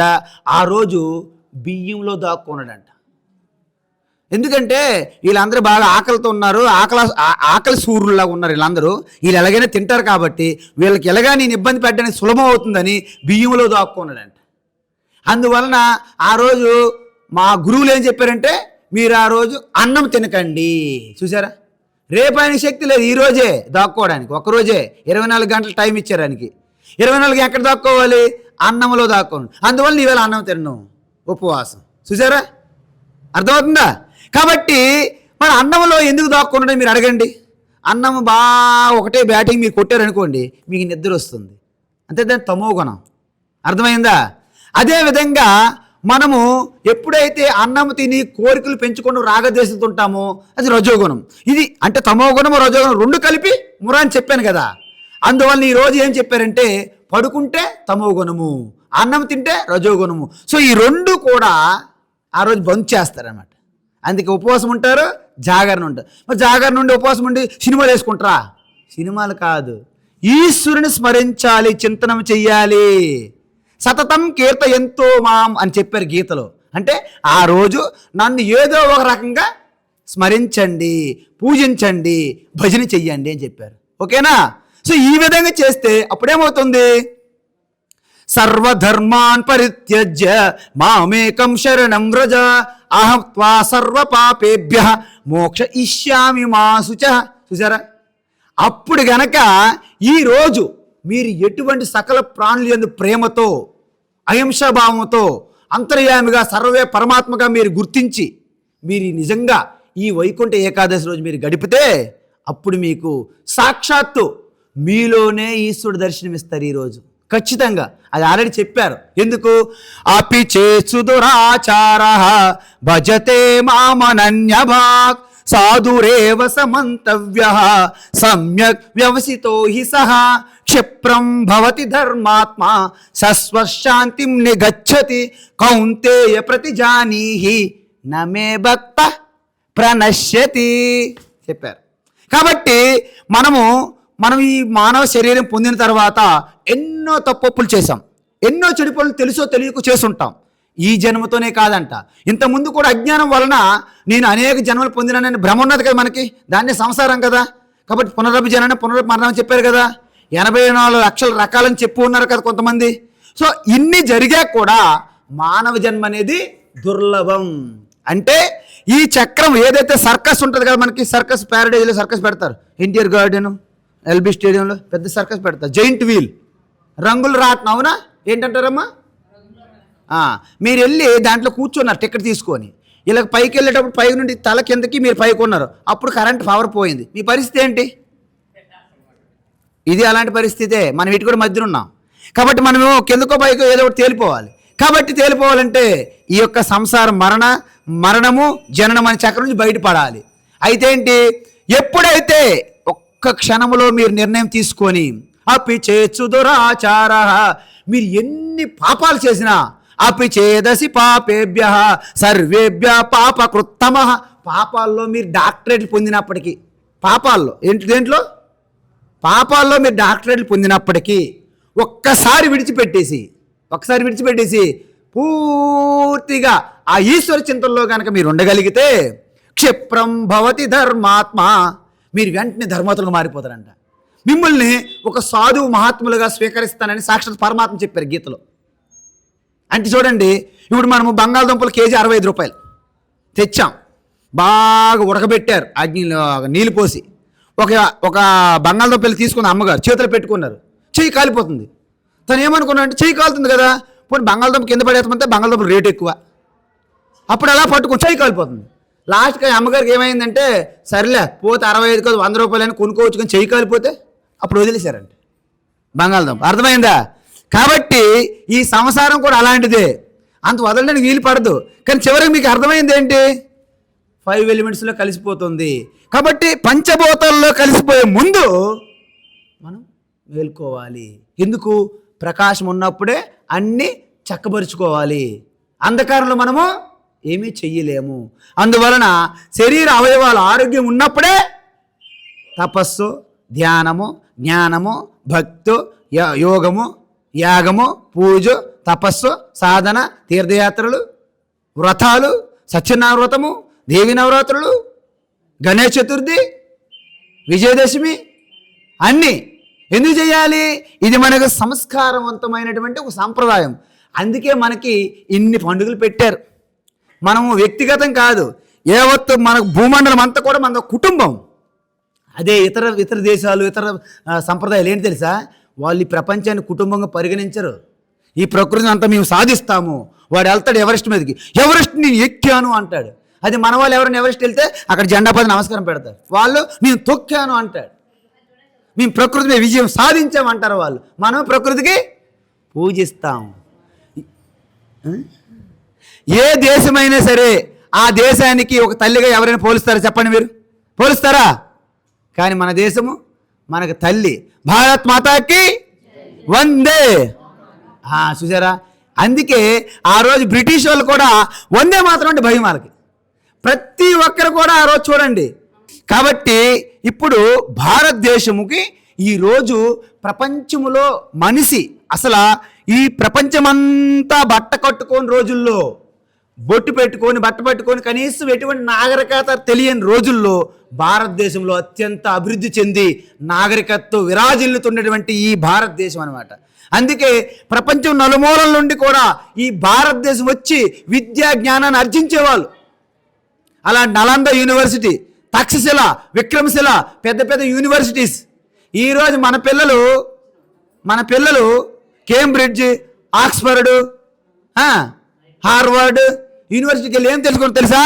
సగం బట్టలు వేసుకోవాలని, చిరిగిపోయిన బట్టలు వేసుకోవాలని, బొట్లు పెట్టుకోకూడదని, డెడ్ బాడీస్ తినాలని, ఇలాంటి నేర్చుకోవడానికి ఫారిన్ యూనివర్సిటీకి వెళ్తున్నాం మనం, ఇల్లు వాకిలు అన్నీ అమ్మేసుకొని. అర్థమవుతుంది మీకు? తర్వాత అక్కడికి వెళ్ళి పుట్టినరోజు అంటే సెలబ్రేషన్ ఏంటి, దీపం ఆర్పేసి చీకట్లోకి వెళ్ళిపోవాలని, దీపం ఊదేసి చీకట్లో పదండి, తమసోమ జ్యోతిర్గమయ అని మన వేదము చెప్తే వాళ్ళేమంటారు, జ్యోతిని వెలుగు నుండి చీకట్లోకి పదండి. చీకట్లోకి వెళ్ళి ఏం చేస్తారు, కుంభకోణంలోకి 6 నెలల పాటు పడుకోవడం, తాగడము, తినడం, పడుకోవడం. కావో పీవో, మజా మజా కరో, మర్ జావో, ఖేల్ ఖతం, దుకాన్ బంద్. ఏం లేదు, ఇంకా మిగిలింది ఏం లేదు, అంత శూన్యం, హ్యాలో. అందుకే మన పిల్లలు ఈ రోజుల్లో ఎంత ఎడిక్షన్ అయిపోతాం డ్రగ్స్కి. చూడండి, వాళ్ళకి అనేక రకాల డ్రగ్స్కి ఎడిక్ట్ అయిపోయి వాళ్ళకు ఒక జ్ఞానం లేదు, ఒక పరమార్థం లేదు, పెళ్ళిళ్ళు చేసుకోరు. పెళ్ళిళ్ళు ఎందుకు చేసుకుంటే ఏదో పెద్ద పొడిచేసినట్టు దేశం కోసం. ఏమీ లేదు, ఏమి తెలియదు, చిప్పు లేదు, మెమరీ లేదు, అంత హోయాలో ఖాళీ ఖాళీ. అందువల్ల వాడికి తెలియదు, జీవితం ఏంటో తెలియదు, ఎందుకు వచ్చానో తెలియదు, ఎక్కడి నుంచి వచ్చానో తెలియదు, ఎక్కడికి వెళ్ళాలో తెలియదు. అర్థమవుతుందా? అందువలన మన పిల్లలందరూ కూడా, ఆడపిల్ల మగపిల్లలందరూ కూడా 30, 40, 50 ఏమైందమ్మా, ఇంక పెళ్ళి లేదు. ఇప్పుడు ఏమైనా చేస్తానవా, పెద్ద సైంటిస్టో లేకపోతే దేశానికి ఉద్ధరించేస్తుండేమో అనుకుంటే ఏమీ లేదు. ఆడికి తెలియదు, ఆ రోజు ఎక్కడికి వెళ్తాడో ఆడికే తెలియదు, ఏం తింటాడో తెలియదు. అలా కాలం గడిచిపోతుంది కాలం గర్భంలో. ఎందుకంటే తల్లిదండ్రులు కూడా విఫలమైపోతున్నారు. ఆ తల్లిదండ్రులు వాళ్ళే చెప్పడం చేత వాళ్ళు పాటిస్తే కదా. ఇప్పుడు చూడండి, ఆవు వరిచేను మేస్తుంది, ఆవు దొడ్డు గట్టి మీద ఉంటుందా? ఎక్కడ ఉంటుంది? మనం బొట్టు సరిగి పెట్టుకోము, మనం ఉదయం లేవము, మనమేమో స్నానం చేసుకొని ఒక దీపం ముట్టించము, ఒక పూజ చేయము. పిల్లలు వినట్లేదండి మా మాట. పిల్లలు ఎందుకు వింటారు మీ మాట? అవునా? భగవద్గీత ఈరోజు అమెరికాలోను, జపాన్లోను, దుబాయ్లోను, అన్ని జర్మనీలోను చిన్న పిల్లప్పటి నుండి భగవద్గీత చదివిస్తున్నారు, సంస్కృత శ్లోకాలు చదివిస్తున్నారు. అద్భుతమైన మెమరీ పవర్, అద్భుతమైన మేధాశక్తి. మనము భగవద్గీత అంటే భగవద్గీత సన్యాసులు చదువుకుంటారు. మేము చదువుకొని హిమాలయాలు, గంగకి ఉద్ధరిస్తాం వెళ్ళి, అక్కడ ప్రజలకు కాదు. మరి సన్యాసులు చదవాలి, ఏం చేస్తారు మరి? అందువలన భగవద్గీత ఒక సన్యాసులు కానీ కాదు, చనిపోయినప్పుడు పెట్టేది కాదు.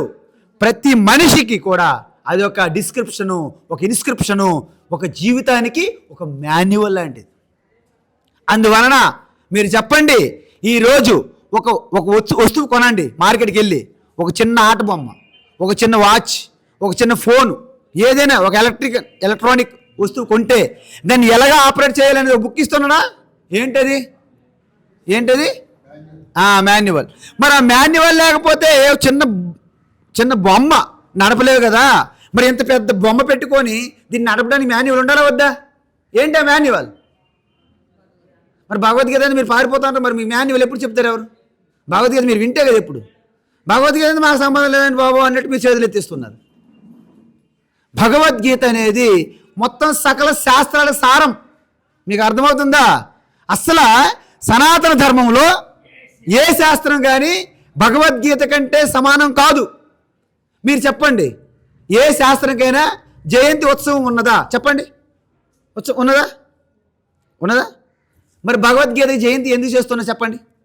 అసలు జయంతి ఎవరు చేయాలి? రాయికా, సిమెంట్ బస్తాకా, తోటకూరక, దేనికి చేస్తారు జయంతి? ఒక చైతన్యం, ఒక పరమార్థం, అవునా? ఒక లైఫ్.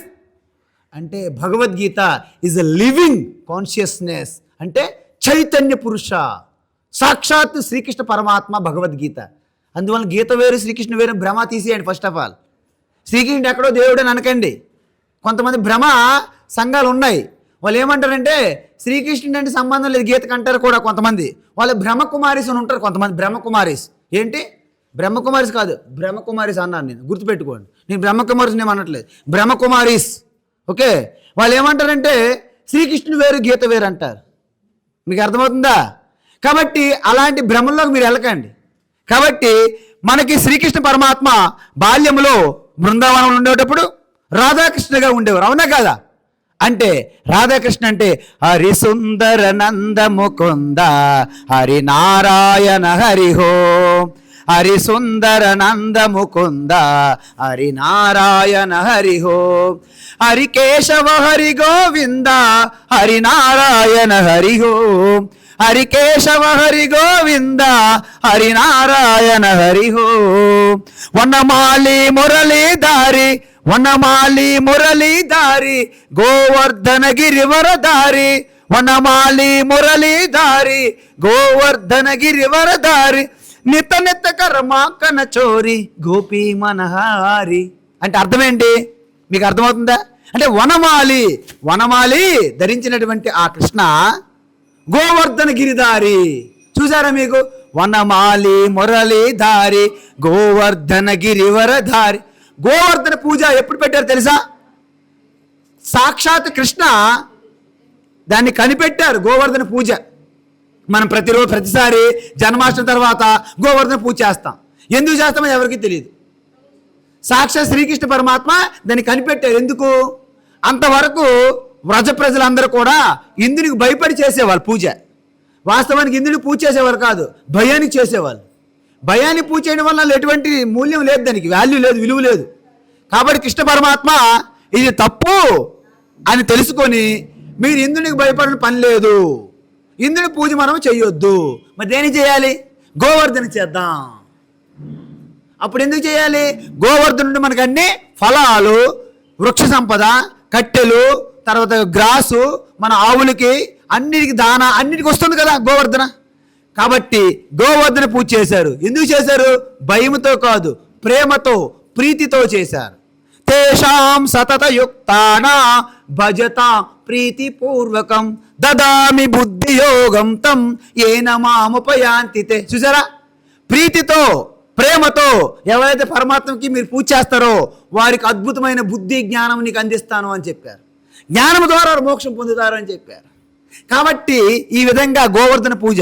వనమాలి మురళీధారి, వేణు పట్టుకుంటురా. వేణువు అంటే అర్థం ఏంటి? దానికి 9 రంధ్రాలు ఉంటాయి. లోపల ఏమైనా ఉంటుందా? మనకి 4 నవరంధ్రాలు ఉన్నాయి. నవద్వారపురే దేహి, ఈ దేహానికి 9 రంధ్రాలు ఉన్నాయి. లోపల ఫుల్గా నింపేసి ఉన్నాం మనము. ఆయన ఏమంటున్నాడు? ఈ నవద్వారాల్లో ఖాళీ చెయ్యి అంటున్నాడు. మొత్తం ఖాళీ చేస్తే ఏమవుతుంది? మన నుండి ఈ will play divine song, but we are not allow him to sing a song. మనం ఏం చేస్తున్నాము? బియ్యం బస్తలా బాగా కుట్టేస్తున్నాం లోపల నుంచి కింద నుంచి పైకి. ఖాళీ ఎక్కడ ఉంది? దేవుడు రాడు దేవుడు రాడు ఖాళీ వస్తే కదా నువ్వు పూర్తిగా నింపేస్తావు. అలా కుద్దించి మొత్తం నింపేసి ఉన్నది. ఆయన ఏమంటున్నాడు?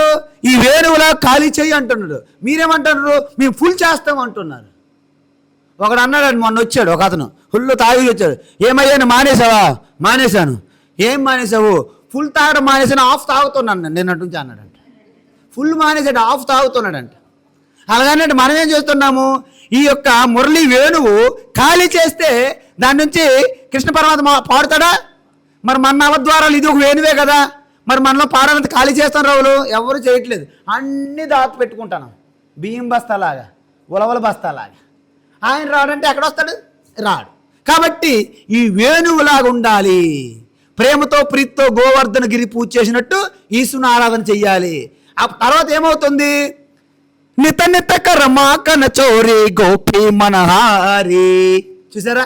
అప్పుడు కృష్ణ పరమాత్మకి ఏం కావాలి? వెన్న. వెన్న అంటే మన దగ్గర ఎక్కడ ఉన్నది? స్వామీజీ ఇప్పుడు అసలు గోవులు అసలు లేవు. ఎక్కడ చూసినా డైరీ మిల్క్. డైరీ మిల్క్ అంటే మీకు తెలుసు కదా. ఆ మిల్క్ తాగితే మీ కాలు చేతులు పనిచేయవు. నేను ఆపండి అందరూ. ఒరిజినల్గా ఆవు పాలు తాగండి, లేదు మానేయండి. డైరీ మిల్క్ పోవడం తాగొద్దు. ఎందుకు తాగొద్దు అంటే మన మనస్సు అనేది పాలు లాంటిది. ఏంటి? మరి సమాజం అంతా కూడా నీరు లాంటిది. పాలు నీరు కలిసిపోయి తెలుసా? మాది తినాలి లాగా, మీది తినాలి మాది తినాలి, మీది పాలు మాది నీళ్ళు. పాలు నీళ్ళలో కలిసి ఉంటారండి. ఈ కలిసిపోతే కదా ప్రమాదం. కాబట్టి నీళ్ళతో కలిసే ముందు ఈ పాలుని వెన్నగా మార్చే సాధన మనం చెయ్యాలి. ఏంట సాధన?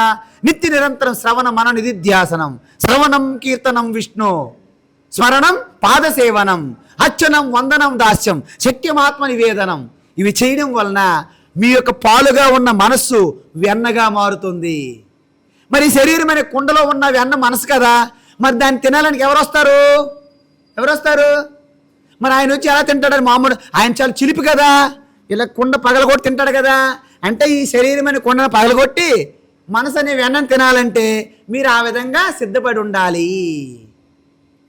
आवोरे गावोरे भाग्यनगर के प्यारे, आवोरे काना रे गोकुल के प्यारे, आवो रे नाचो रे राच रचावो रे, हरि सुंदर नंद मुकुंद हरि नारायण हरि हो, हरि सुंदर नंद मुकुंद हरि नारायण हरि हो.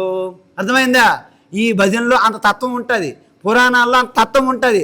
పైన మీరు కథలు చూసి అక్కడ ఆనందపడిపోతే మీకు ఏమీ తెలియదు. రామాయణం అంతా ఏం అర్థమైందంటే, రామాయణం అంతా అంటే ఏం లేదండి, సీతాదేవికేమో కిడ్నాప్ చేశాడు రావణుడు, కిడ్నాప్ చేశాడు. ఆయన ఆ విలన్ని చంపేసి సీతాదేవి అయిపోయి రామాయణం. మరి భారతం ఏమైంది?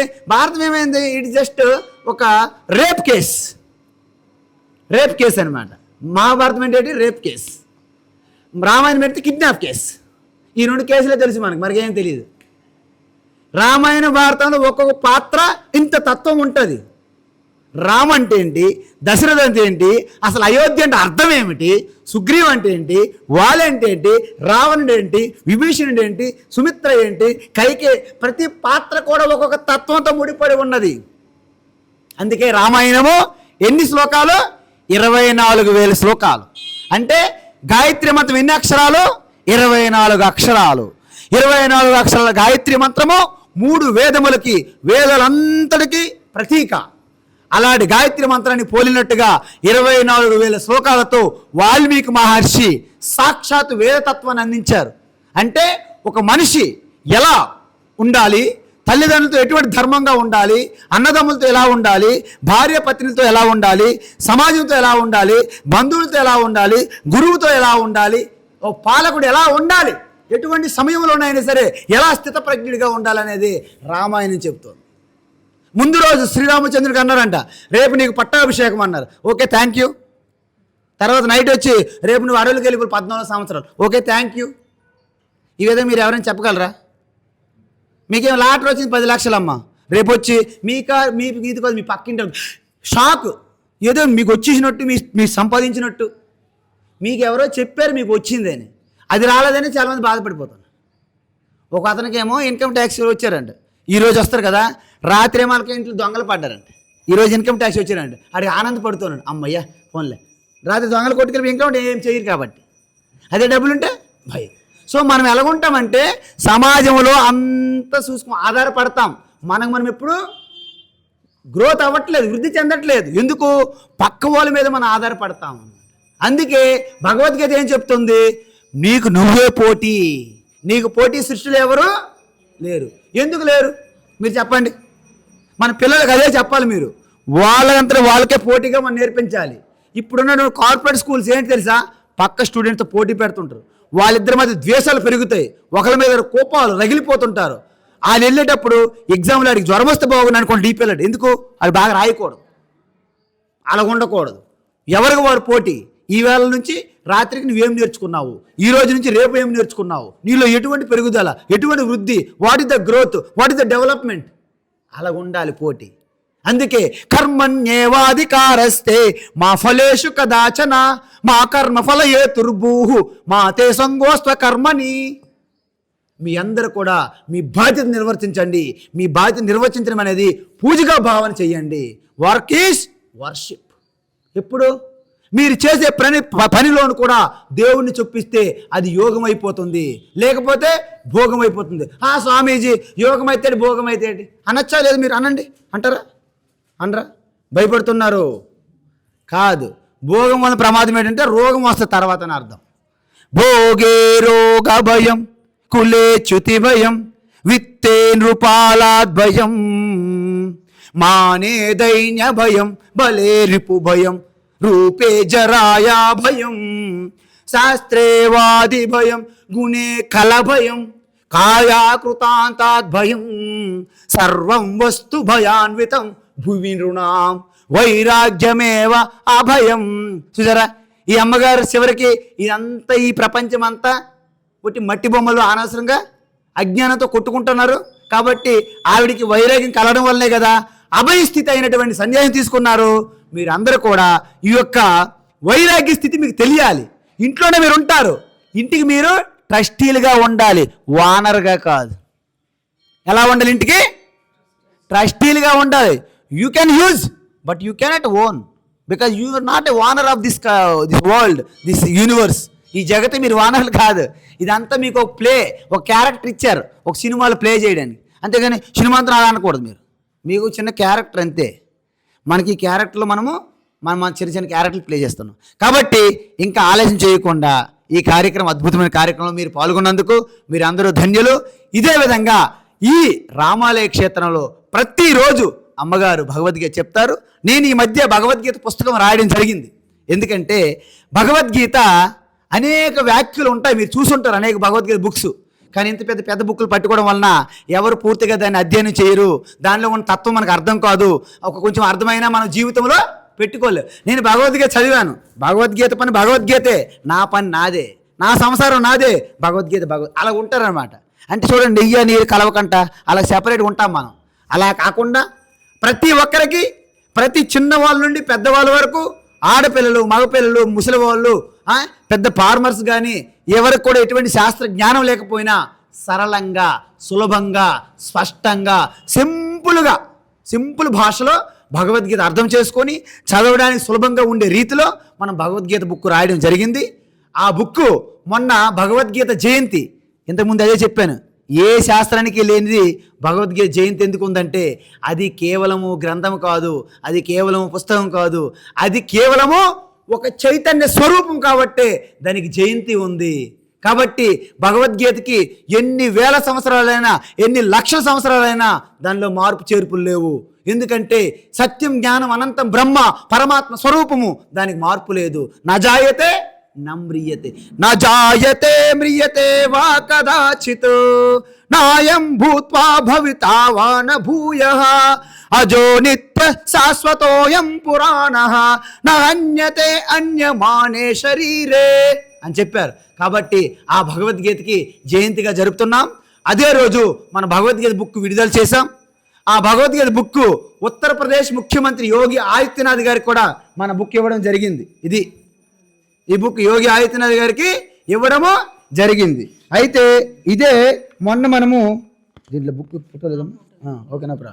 అయితే ఈ బుక్ మొన్న గీతా జయంతి డిసెంబర్ 1వ తేదీన కొండాపూర్లో ఉన్నటువంటి శారదా హై స్కూల్లో high court, Telangana high court justice Suryapalli Nanda గారు, అదేవిధంగా ఐపీఎస్ ఆఫీసర్ వివి లక్ష్మీనారాయణ గారు, జేడి అంటారు, సిబిఐ రిటైర్డ్ ఆయన, అదేవిధంగా జయంతి రెడ్డి గారు, ఫేమస్ గైనకాలజిస్ట్ జేజే హాస్పిటల్, వీళ్ళందరూ వచ్చి మన భగవద్గీత బుక్ని రిలీజ్ చేశారు.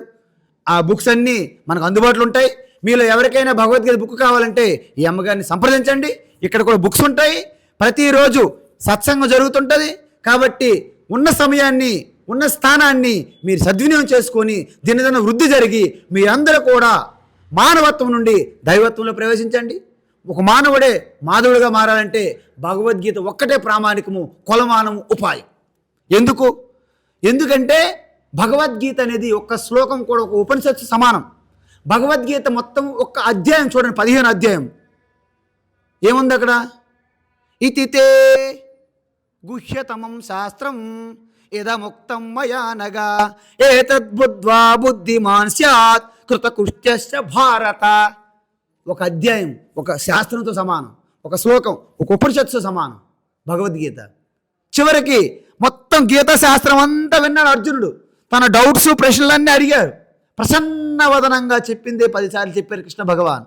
కానీ మీకు అందరూ గమనించాలి, మీకు ఆశీర్వాదాలతో మీకు మోక్షం రాదు, ఆశీర్వాదాలతో మీకు శాశ్వత పరిసరాలు ఉండవు. మరి దేని ద్వారా వస్తుంది? జ్ఞానము ద్వారా.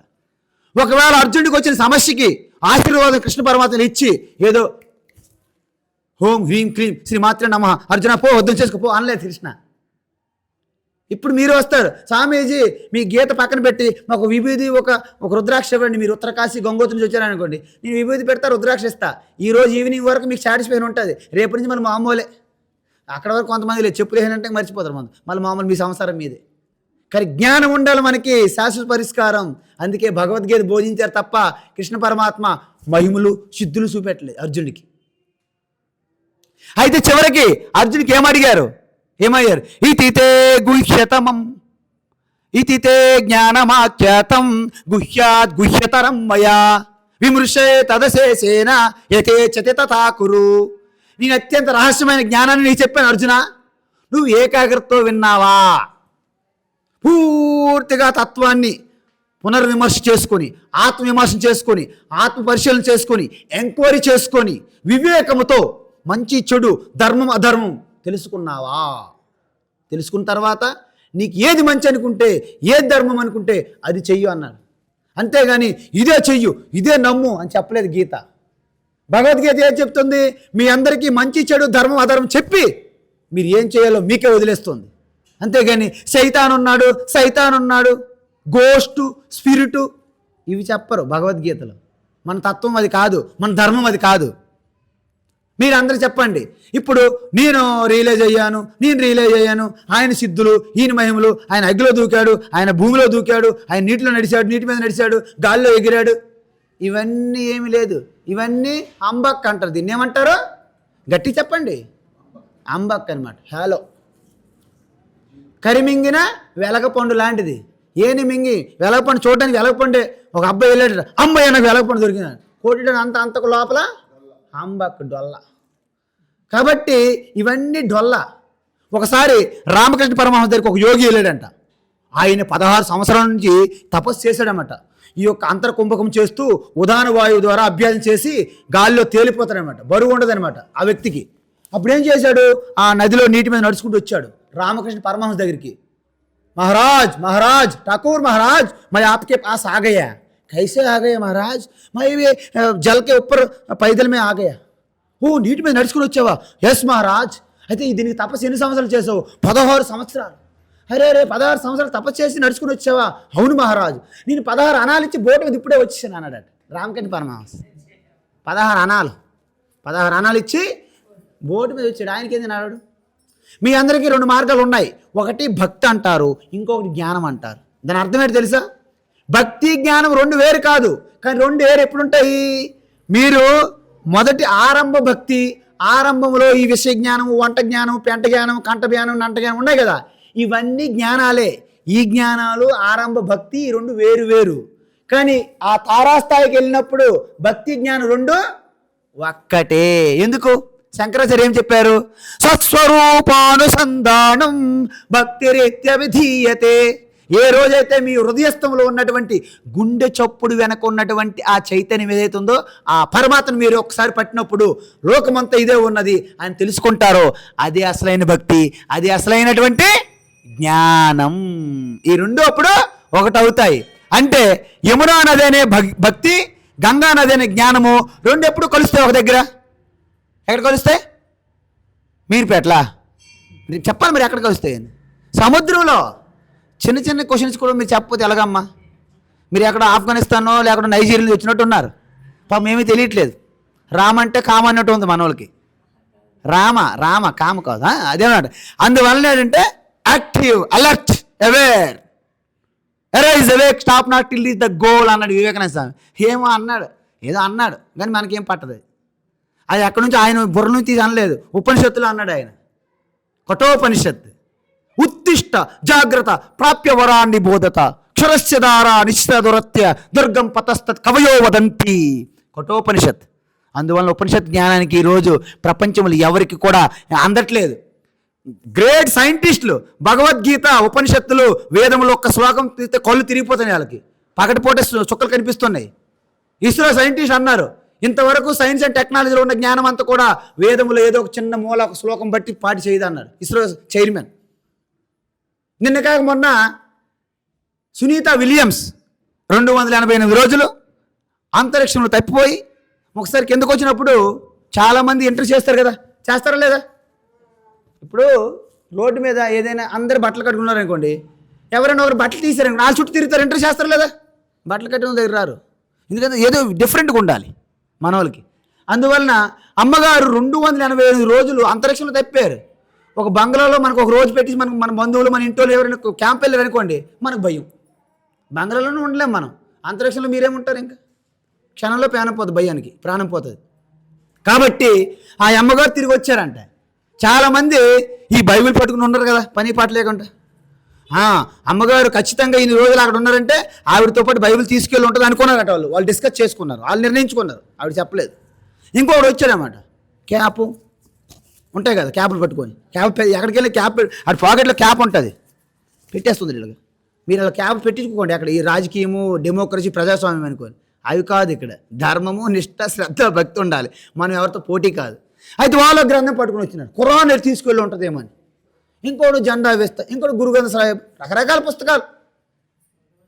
చాలా మంది వచ్చి అడిగారట, అమ్మా what is your secret of staying in space అడిగారట. మీరు స్పేస్లో అంతరిక్షంలో ఇన్ని రోజులు ఉండడానికి మీకున్నటువంటి శక్తి సామర్థ్య ధైర్యం ఏంటంటే నాతో పాటు భగవద్గీత తీసుకెళ్ళినని చెప్పారండి. చెప్పండి, క్లాప్స్ కొట్టండి.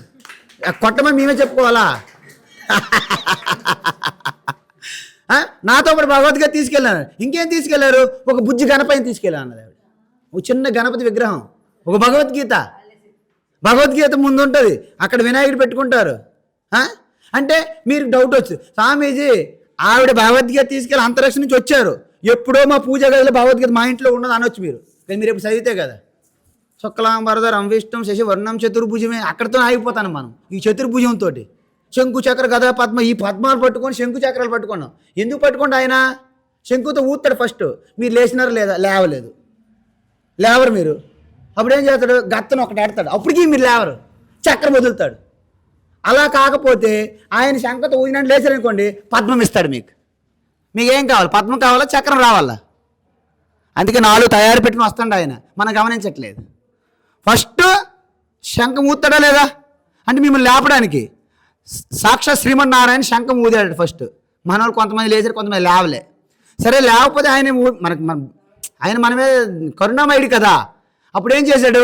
శంఖ ధ్వనికి లేవనప్పుడు గత్త ఒకటి ఇలా ఎట్టాడు అనమాట, లేస్తారేమని. కొంతమంది లేచారు, కొంతమంది ఇంకా లేవలేదట. అప్పుడేమవుతుంది? శిశుపాలులో చక్రం వదిలాడు అనమాట. అదే శంఖం వదిలినప్పుడు మీరు లేచారనుకోండి, అమ్మయ్యా నా యొక్క పుత్రులు సంతానం అని మీ చేతిలో పద్మం పెడతాడు. మీకు పద్మం కావాలా, చక్రం రావాలా? చెప్పండి. కావాలంటే మీరు వెంటనే లేవాలి. ఈ విధంగా దాని వెనక తత్వాలు ఉంటాయి. అసలు ఇంతకీ శివుడు యొక్క గంగాధర ఏంటి, అక్కడ చంద్రమ ఏంటి, ఇక్కడ విభూది ఏంటి, త్రినేత్రం ఏంటి, వ్యాఘ్రాంబరం ఏంటి, త్రిశూలం ఏంటి, తత్వం ఉంటుంది. విష్ణు భగవాన్ ఆయన క్షీరసాగరంలో పడుకుంటారు. ఆదిశేషుడు అంటే అర్థం ఏంటి, లక్ష్మీదేవి అంటే అర్థం ఏంటి, గద ఏంటి, శంఖ ఏంటి, చక్రం ఏంటి, పద్మం ఏంటి, నాభి ఏంటి, అక్కడ బ్రహ్మరావడం ఏంటి, వీటన్నింటికి తత్వం ఉంటుందా లేదా చెప్పండి మీరు. లేకపోతే పాలు సముద్రం అలా ఉంటే అవి అలాగ వెన్నగా విరిగిపోయి ఈ పాటి చేములతో ఉండి విష్ణుమూర్తికి ఎంత బాధ అవుతుంది చెప్పండి మీరు. బాధ అవుతుందా లేదా? దాని వెనక తత్వం ఉండాలి. కాబట్టి మీరందరూ కూడా ఈ ముక్కోటి వైకుంఠ ఏకాదశి సందర్భంగా మీరందరూ పునీతులు అవ్వాలి. తద్వారా భగవద్గీత పట్టుకోవాలి. మీ పిల్లలందరికీ కూడా సంస్కారం అందించాలి. ప్రతి ఒక్కరు గడప గడపకి గీతా జ్ఞానం కావాలి. ప్రతి వ్యక్తికి, ప్రతి ఇంటికి, ప్రతి గుడికి, ప్రతి బడికి, యావత్తు మానవ సమాజానికి భగవద్గీత జ్ఞానం అవసరం. ఇక మన జీవితానికి అర్థం లేదు, సార్థకం లేదు, పరమార్థం లేదు. కాబట్టి బొట్టు పెట్టుకొని గీత పట్టుకుంటే మీలో ఒక్కొక్కరు గీతమాతగా రావాలి. సాక్షాత్ మీలోనే సరస్వతిదేవి, సాక్షాత్ మీలోనే లక్ష్మి, సాక్షాత్ మీలోనే దుర్గా, ఆ బ్రహ్మ విష్ణు ఈశ్వర మీలోనే ఉన్నారు. సకల దేవతల స్వరూపం నాలోనే ఉంది. స్వర్గము నరకము నాలోనే ఉన్నది. బంధనము సంసార మోక్షం నాలోనే ఉన్నది. ఇవన్నీ తెలుసుకున్నప్పుడు అప్పుడే మీరందరూ కూడా ఒక శ్రీకృష్ణ పరమాత్మలోకి వస్తారనమాట. ఎన్ని ఒడిదొడుకులున్నా, ఎన్ని కష్టాలున్నా, ఎన్ని దుఃఖాలున్నా మీరు దేనికి అంటకుండా ఒక పద్మ పత్రము ఎలాగైతే బురదలో నీటిలో ఉన్నటువంటి తామర ఎలాగైతే అంటదో, బ్రహ్మణ్యాదాయ కర్మాణి సంగం త్యక్త్వా కరోతి యః లిప్యతే నశ పాపేన పద్మపత్రమివాంబస. గీతలో చెప్పారు. మీకు ఎవరికైనా ఒకరిని గుర్తు వస్తుందా? గీత మనది కాదనుకుంటారు. మనది కాదంటుంటారు. జర్మనీ వాళ్ళు, లండను, అమెరికా వాళ్ళు చదువుకుంటారు. మనమేమో ఎప్పుడు బిల్వాష్టకం, లింగాష్టకం ఇక్కడ ఆగిపోతున్నాం. వెనక్కి వెళ్ళట్లేదు. మనం లోపలికి వెళ్ళాలి. భగవద్గీత పట్టుకోండి. అందులో సర్వదేవత అర్చన, సర్వదేవతల పూజ, సకల యోగము, సకల ధ్యానము, సకల జ్ఞానము భగవద్గీత ఆధారము.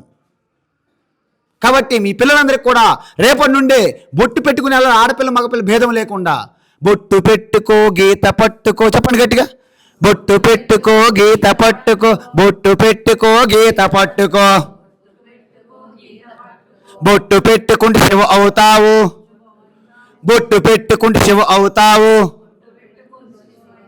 బొట్టు లేకుంటే శవం అవుతావు. గీత చదివితే ఋషి అవుతావు, గీత లేకుంటే మసి అవుతావు. కృష్ణం వందే జగద్గురుం, వందే కృష్ణం జగద్గురుం, సత్యం శివం సుందరం, హిందువులంతా బంధువులం. ఓకేనా? కాబట్టి మీరందరూ కూడా హిందూ అంటేనే మన బంధువు. హిందూ కాకపోతే బంధుతో నయే, హిందూ నైతో బంధువు నై, హిందూ అయితే బంధు హై. కలిసి ఉంటే నిలబడతాం, కలిసి ఉంటే నిలబడతాం, కలిసి ఉంటే విడిపోతే పడిపోతాం, విడిపోతే భారత్ మాతాకి, భారత్ మాతాకి వందే వందే. జై శ్రీరామ్, జై శ్రీరామ్. హర నమ పార్వతీ పతయే. జై శ్రీమన్నారాయణ. ఇప్పుడు ఇక్కడ మీ అందరికీ ఒక విషయం తెలియాలి. మనం బల్బు పెడుతున్నాం, వెలుతురు వస్తుంది, కానీ ఈరోజు మనం వెలుతురులో మనం చూసే వెలుతురికి వెనకున్న కారణాలు మనకు కనిపించవు.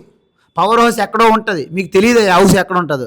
పవర్ ఎక్కడి నుంచో రావాలి, మీ ఇంట్లో లైనింగ్ బాగుండాలి, అక్కడ స్విచ్ చేయాలి, అప్పుడు బల్బు కరెక్ట్గా ఉండాలి, ఫిల్మెంట్ కరెక్ట్గా ఉండాలి, అప్పుడు వెలుతురు వస్తుంది.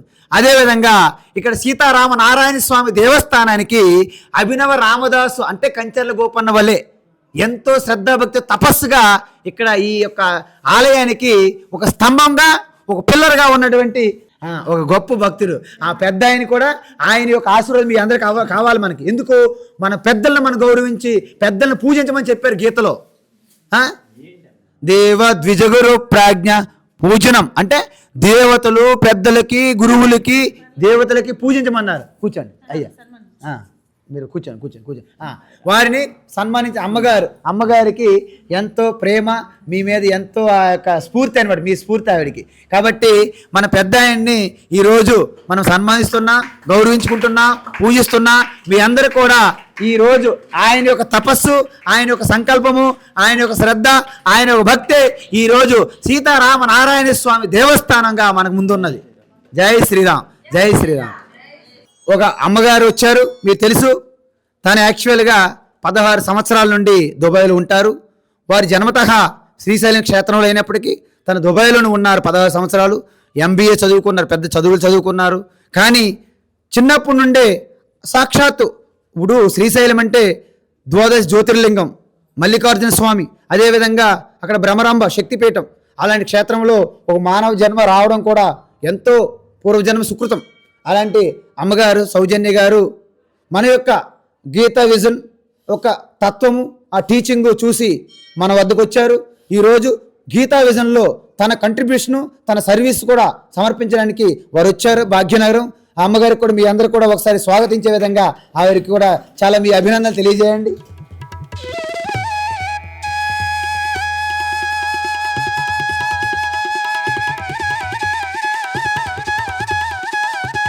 నమ పార్వతీ పతయే. హర హర మహాదేవ్. జై శ్రీమన్నారాయణ, జై శ్రీరామ్. ఏం మాట్లాడాలి? అంతా ఈశ్వరుడు మాట్లాడతాడు, మీరేం మాట్లాడరు. పలికేది రామభద్రుడు, పలికించేవాడు గీతాచార్యుడు. పలికిన రోజు వైకుంఠ ఏకాదశి. అందరం భక్తులవే, అందరం ఇదే ఇలాగా ఈయన చెప్పాడు ప్రవక్త. ఏ ఒక్కరు మనం ఎంత వింటున్నాం, ఎంత చప్పట్లు కొడుతున్నాం, ఎంత పని చేస్తున్నాం. తప్పుంటే మీకు బాధ అయితే క్షమించండి. ఈ రోజు నుంచి కాదు, మీరు కూడా మిగతా వాళ్ళకు కూడా చెప్పాలి. మీరు ఆచరించడమే కాకుండా మిగతా వాళ్ళకు కూడా చెప్పండి. పూర్వకాలంలో ఒక పుణ్యస్త్రీని చూడండి, ఇది రూపాయి అంత బెళ్ళ అని. ఇప్పుడు రూపాయలు అంటేనే తెలియట్లేదు అసలు. రూపాయి అంత బెళ్ళ ఇప్పుడు ఎందుకు వచ్చిందిరా దేవుడా అన్నట్లుగా ఇట్టా అని ఇట్టా అంటే అసలు స్టిక్కర్లే వస్తున్నాయి. అసలు క్వశ్చన్ లేదు. అది కాకుండా మన భారత సాంప్రదాయం కాదు. ఎందుకని పుణ్యము పాపము నరకమో స్వర్గమో అవన్నీ తర్వాత మనం ఒక మనిషిగా పుట్టి ఇన్ని వింటూ ఇన్ని చేసి ఇంత స్వాములు వాళ్ళ జీవితాలు అన్నీ భగవతర్పితం చేసి ఇట్లా చేస్తుంటే కనీసం మనం భారతీయులం అంటే ఒకటే గుర్తు, ముఖాన బొట్టు, ఒకటే గుర్తు ముఖాన బొట్టు, వాడు భారతీయుడు. ఎవరికన్నా అంత కోపం రానివ్వండి, చాలా తాపం రానివ్వండి. స్త్రీలు కూడా ఇప్పుడు మగవాళ్ళేగా, స్త్రీలు కూడా మిచ్చిపోయి అదే చెప్పేనే స్టిక్కర్లు, దాని మీద 10 డిజైన్లు ఉంటాయి. ఇంత స్టిక్కర్లు 10 డిజైన్లు ఉంటాయి. అవి పెట్టుకొని వచ్చేసేస్తున్నారు. కానీ అది తప్పని నేను ఫ్యాషన్ కాలం మారిపోయింది, వాళ్ళు చేస్తున్నారు. కానీ అది మన సాంప్రదాయం కాదు. ఆ బొట్టు పెట్టుకున్న స్త్రీ వేరు, టిక్కర్ పెట్టుకున్న స్త్రీ వేరు. అందుకని మీరు ఇంత సమయం వెచ్చించి, కాలం వెచ్చించి ఇచ్చేసి ఇంత భక్తిగా శ్రద్ధగా వింటున్నారు కాబట్టి విన్న దాంట్లో ఏ లేశమైనా సరే ఆచరించడానికి ప్రయత్నం చేయండి. అది చెప్తే స్వామి చెప్పారు కదా, భగవద్గీత అసలు మన మొత్తం జీవిత సారం అది. అది జీవిత సారం, దాన్ని మించింది లేదు అసలు. 1,00,000 శ్లోకాలతో మహాభారతం ఉన్నా కూడా అందులో గుండె భగవద్గీత. అందుకని దయ ఉంచి మీరు మాత్రం ఆచరించడానికి ప్రయత్నం చేయండి. ఏ స్వామి చెప్పినా, ఎవరు చెప్పినా, ఏ చేసినా మన మనసు ఆచరించడానికి ప్రయత్నించండి. చదవండి, ఎన్ని పుస్తకాలన్నా చదవండి, ఎంత సోమలన్నా ఇది చేయండి. వినేసి వదిలేయకండి ఇది చేసి. కాబట్టి మనం ఎందుకంటే దీనికి చిన్న ఉదాహరణ చెప్పాలంటే, రామకృష్ణ పరమహంస దగ్గరికి ఒక పెద్ద ఆమె మనవడిని తీసుకొని వచ్చింది. మనవడిని తీసుకొని వచ్చి, స్వామి మీరు చెప్తే వింటాడు మా అబ్బాయి, వీడు ఇంట్లో బెల్లం బతకనివ్వడండి, బెల్లం బాగా తింటూ ఉంటాడు, బెల్లం తినకూడదు అని మీరు చెప్పండి, మీ మాట వింటాడు అని చెప్పాడు. సరేనమ్మా మంచిగా చెప్తాను కానీ 1 వారం ఆగిరా తల్లి అన్నాడు. సరే పాపం తల్లి వారం ఆగింది, వెళ్ళింది. 1 వారం అయిన తర్వాత వెళ్ళింది మళ్ళీ. అప్పుడు పిల్లవాడిని పక్కన కూర్చోబెట్టుకొని, నాన్న బెల్లం వల్ల ఒంటికి చెడు వస్తుంది, ఆరోగ్యం మంచిది కాదు, కాబట్టి ఈ రోజు నుంచి నేను పెద్దవాడిని చెప్పానని చెప్పి బెల్లం తినబాక. సరే తాతయ్య నేను తినలే. పిల్లవాడు కదా, సరే తాతయ్య నేను తినలే అని చెప్పి వెళ్ళాడు. సరే ఆ పిల్లవాడు వెళ్ళి కూర్చున్న తర్వాత వీళ్ళు పెద్దవాళ్ళు మాట్లాడుకుంటూ రామకృష్ణ గారిని అడిగింది ఈ ముసలామె, ఏమండి ఈ ఒక మాటకు మళ్ళీ నన్ను 1 వారం రోజులు ఇంటికి పంపించేశారు ఎందుకు, 1 వారం రోజులు ఆగి రమ్మన్నారు ఎందుకు అని. తల్లి బెల్లం అంటే నాకు ప్రాణమేను, ఆ బెల్లం విడిచిపెట్టి నేను ఉండలేను, కాబట్టి ఈ 1 వారం రోజులు నేను దాన్ని వదిలేశాను, దానికి దూరంగా ఉండటానికి నేను ప్రయత్నం చేశాను. అందుకని చెప్పి దేని ధైర్యంగా పిల్లవాడికి చెప్పగలిగాను. తల్లి దీంట్లో సూర్యాంశం ఇది. మనం ఆచరిద్దాం, ఏ ఒక్క మాట విన్నా కూడా ఆచరిద్దాం. ఆచరించి ఎదుటి వాళ్ళు ఇందుట్లో చిన్న విషయం, ఏమి గ్రంథాలు గిందాలు ఏమైనా కర్ల మనకి, ఎవరన్నా తప్పు చేస్తే దండం పెట్టి అవతలకి పోండి, మనం వద్దు. ఏమాత్రం అది విమర్శించామంటే అందుట్లో మనం పార్టిసిపేట్ అయిపోతాం, మన భాగం వాడిది తీసుకుంటాం మనం. కాబట్టి ఎవరైనా దూరం అంటే ఏ కట్టెకి నిప్పుంటే ఆ కట్టె తగలబడుతుంది. కాబట్టి అది వదిలేసేయి, అది మంచి చెడో భగవంతుడికి చూసుకొస్తాం, వదిలేద్దాం. మంచి ఉంటే ఆచరిద్దాం, అది తీసుకొని ఆ బాధ వాడు మనకన్నా ఎంత చేశాడు కదా, అది మనం కూడా చేసి మనం కూడా పుణ్యాత్వంలో అవుదామని దాన్ని మంచిని తీసుకుందాం, చెడుని విసర్జన చేద్దాం. ఇది తల్లి నేను చెప్పేది. జై శ్రీరామ్, జై శ్రీరామ్. అద్భుతం, అద్భుతం. ఇప్పుడు ఆఖరి ఘట్టం. మీరేంటంటే మీ అందరూ కూడా ఈవేళ వచ్చిన ఒక్కొక్కరు మరో 10 మందికి తెలియజేసి, ప్రతి వారంలో 2 రోజులు ఇక్కడ భగవద్గీత సత్సంగ క్లాసులు అవుతుంటాయి. ప్రతిరోజు అమ్మగారు గీతా సత్సంగం చేస్తారు. అంటే నేను రాసినటువంటి బుక్ ఏదైతే ఉందో దాని యొక్క శ్లోకము తాత్పర్యం మీ అందరికీ చాలా సరళంగా అర్థమవుతుంది. మీరందరూ రండి, మీరందరూ కూడా ఆ భగవద్గీత పుస్తకాలు తీసుకోండి. ఇక్కడ ప్రతి వీక్లీ అంటే వారానికి 2 రోజులు ఇక్కడ క్లాసెస్ పెడతాం. అదేవిధంగా మీకు ప్రతి గ్రంథం, ఏ గ్రంథమైనా దాన్ని సత్సంగం చేయాలన్నా, దాని క్లాసులు కావాలన్నా మేము చెప్తాం.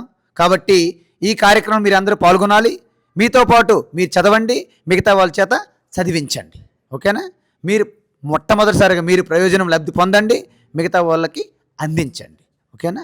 ఎందుకంటే ఇంటింటికి ఒక పుష్పం, ఈశ్వరుడికి ఒక దండ అన్నట్టుగా మన ముందు మనతోనే ప్రారంభం కావాలి. వారు చెప్పారు, ఎందుకు చెప్పారు పెద్ద ఆయన చాలా అద్భుతమైన విషయం చెప్పారు.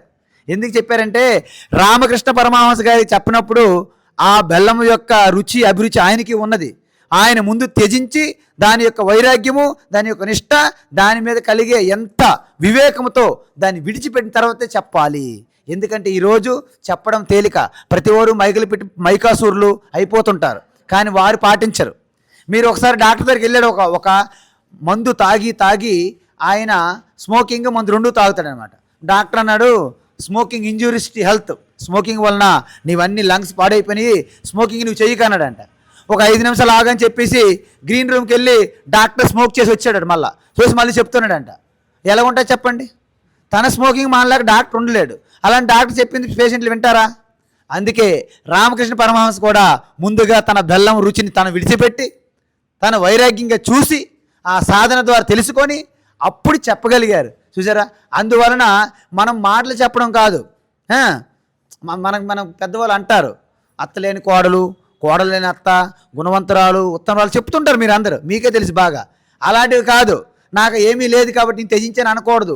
అన్నీ ఉన్నప్పుడే మనం త్యజించాలి. ఆరోగ్యం ఉన్నప్పుడే మనం భగవద్గీత చదవాలి. అంతేగాని పని పాట లేక నీ పనికిరాని లేవాలని భగవద్గీత చదువుతాను, ఏం చదువుతారు మీ ముఖం? కృష్ణ అంటే నోటి దంతం ఊడిపోయి చెవులు వినపడదు, కనిపించదు, నిలబడలేము, కూర్చోలేము, భగవద్గీత చదివేస్తారు. కాబట్టి ఇంకా ఆలస్యం చేయకండి. ఈ రోజు నుంచే మీరు ప్రారంభించండి. శబ్దం ప్రతిజ్ఞ చేయండి. భగవద్గీత ఈ రోజు నుంచే నేను చదువుతాను, రోజుకు ఒక శ్లోకమైన అని చేతులు ఎత్తండి, చెప్పండి. ఈ రోజు నుండే భగవద్గీత రోజుకు ఒక శ్లోకం చదువుతానని చెప్పాలి. ముక్కోటి ఏకాదశి రోజు మీరు ప్రతిజ్ఞ తీసుకోవాలి. ఓకేనా? మంచిది. శుభం భూయాత్. లోకా సమస్త సుఖినో భవంతు. సర్వేషాం స్వస్తిర్భవతు, సర్వేషాం శాంతిర్భవతు, సర్వేషాం పూర్ణం భవతు, సర్వేషాం మంగళం భవతు, సర్వే భవంతు సుఖినః, సర్వే సంతు నిరామయాః, సర్వే భద్రాణి పశ్యంతు, మా కశ్చిద్ దుఃఖభాగ్ భవేత్. అసతో మా సద్గమయ, తమసో మా జ్యోతిర్గమయ, మృత్యోర్మా అమృతంగమయ. ఓం పూర్ణమద పూర్ణమిదం పూర్ణముదచ్యతే పూర్ణస్య పూర్ణమాదాయ పూర్ణమేవావశిష్యతే. ఓం శాంతి శాంతి శాంతి. ఇప్పుడు మంగళహారతి మీరు చేయండి. చారుమేట రూపాయ చందనాది చర్చితాయ హారకటక శోభితాయ భూరి మంగళం. లలితరత్న కుండలాయ తులసీవనమాలికాయ జలజ చతురదేహాయ చారు మంగళం. దేవకీ సూత్రాయ దేవదేవోత్తమాయ శావజాత గురవరాయ సర్వమంగళం. పుండరీకాక్షాయ పూర్ణచందనాయ అండజాత వాహనాయ అతుల మంగళం. విమల రూపాయ విదిత వేదాంత వేద్యాయ సుముఖ చిత్త కామితాయ శుభక మంగళం. రామదాస హృదయ తామరస నివాసాయ స్వామి భద్రగిరివరాయ సర్వమంగళం. స్వామి భద్రగిరివరాయ సర్వమంగళం. స్వామి భద్రగిరివరాయ సర్వమంగళం. ఓం సహనావవతు సహనో భువస్తు సహ వీర్యం కరవావహై తేజస్వినామదీర్ఘమస్తు మా విద్విషావహై. ఓం శాంతి శాంతి శాంతి. సర్వే జనా సుఖినో భవంతు. లోకా సమస్త సుఖినో భవంతు. లోకా సమస్త సుఖినో భవంతు. లోకా సమస్త సుఖినో భవంతు. ఓం శాంతి శాంతి శాంతి. జై శ్రీరామ్. జై శ్రీరామ్. జై శ్రీరామ్. జై శ్రీమన్నారాయణ. ఓం నమః శివాయ. ఓం నమః శివాయ. జై భవానీ. జై భవానీ. శ్రీమాత్రే నమః. శ్రీమాత్రే నమః.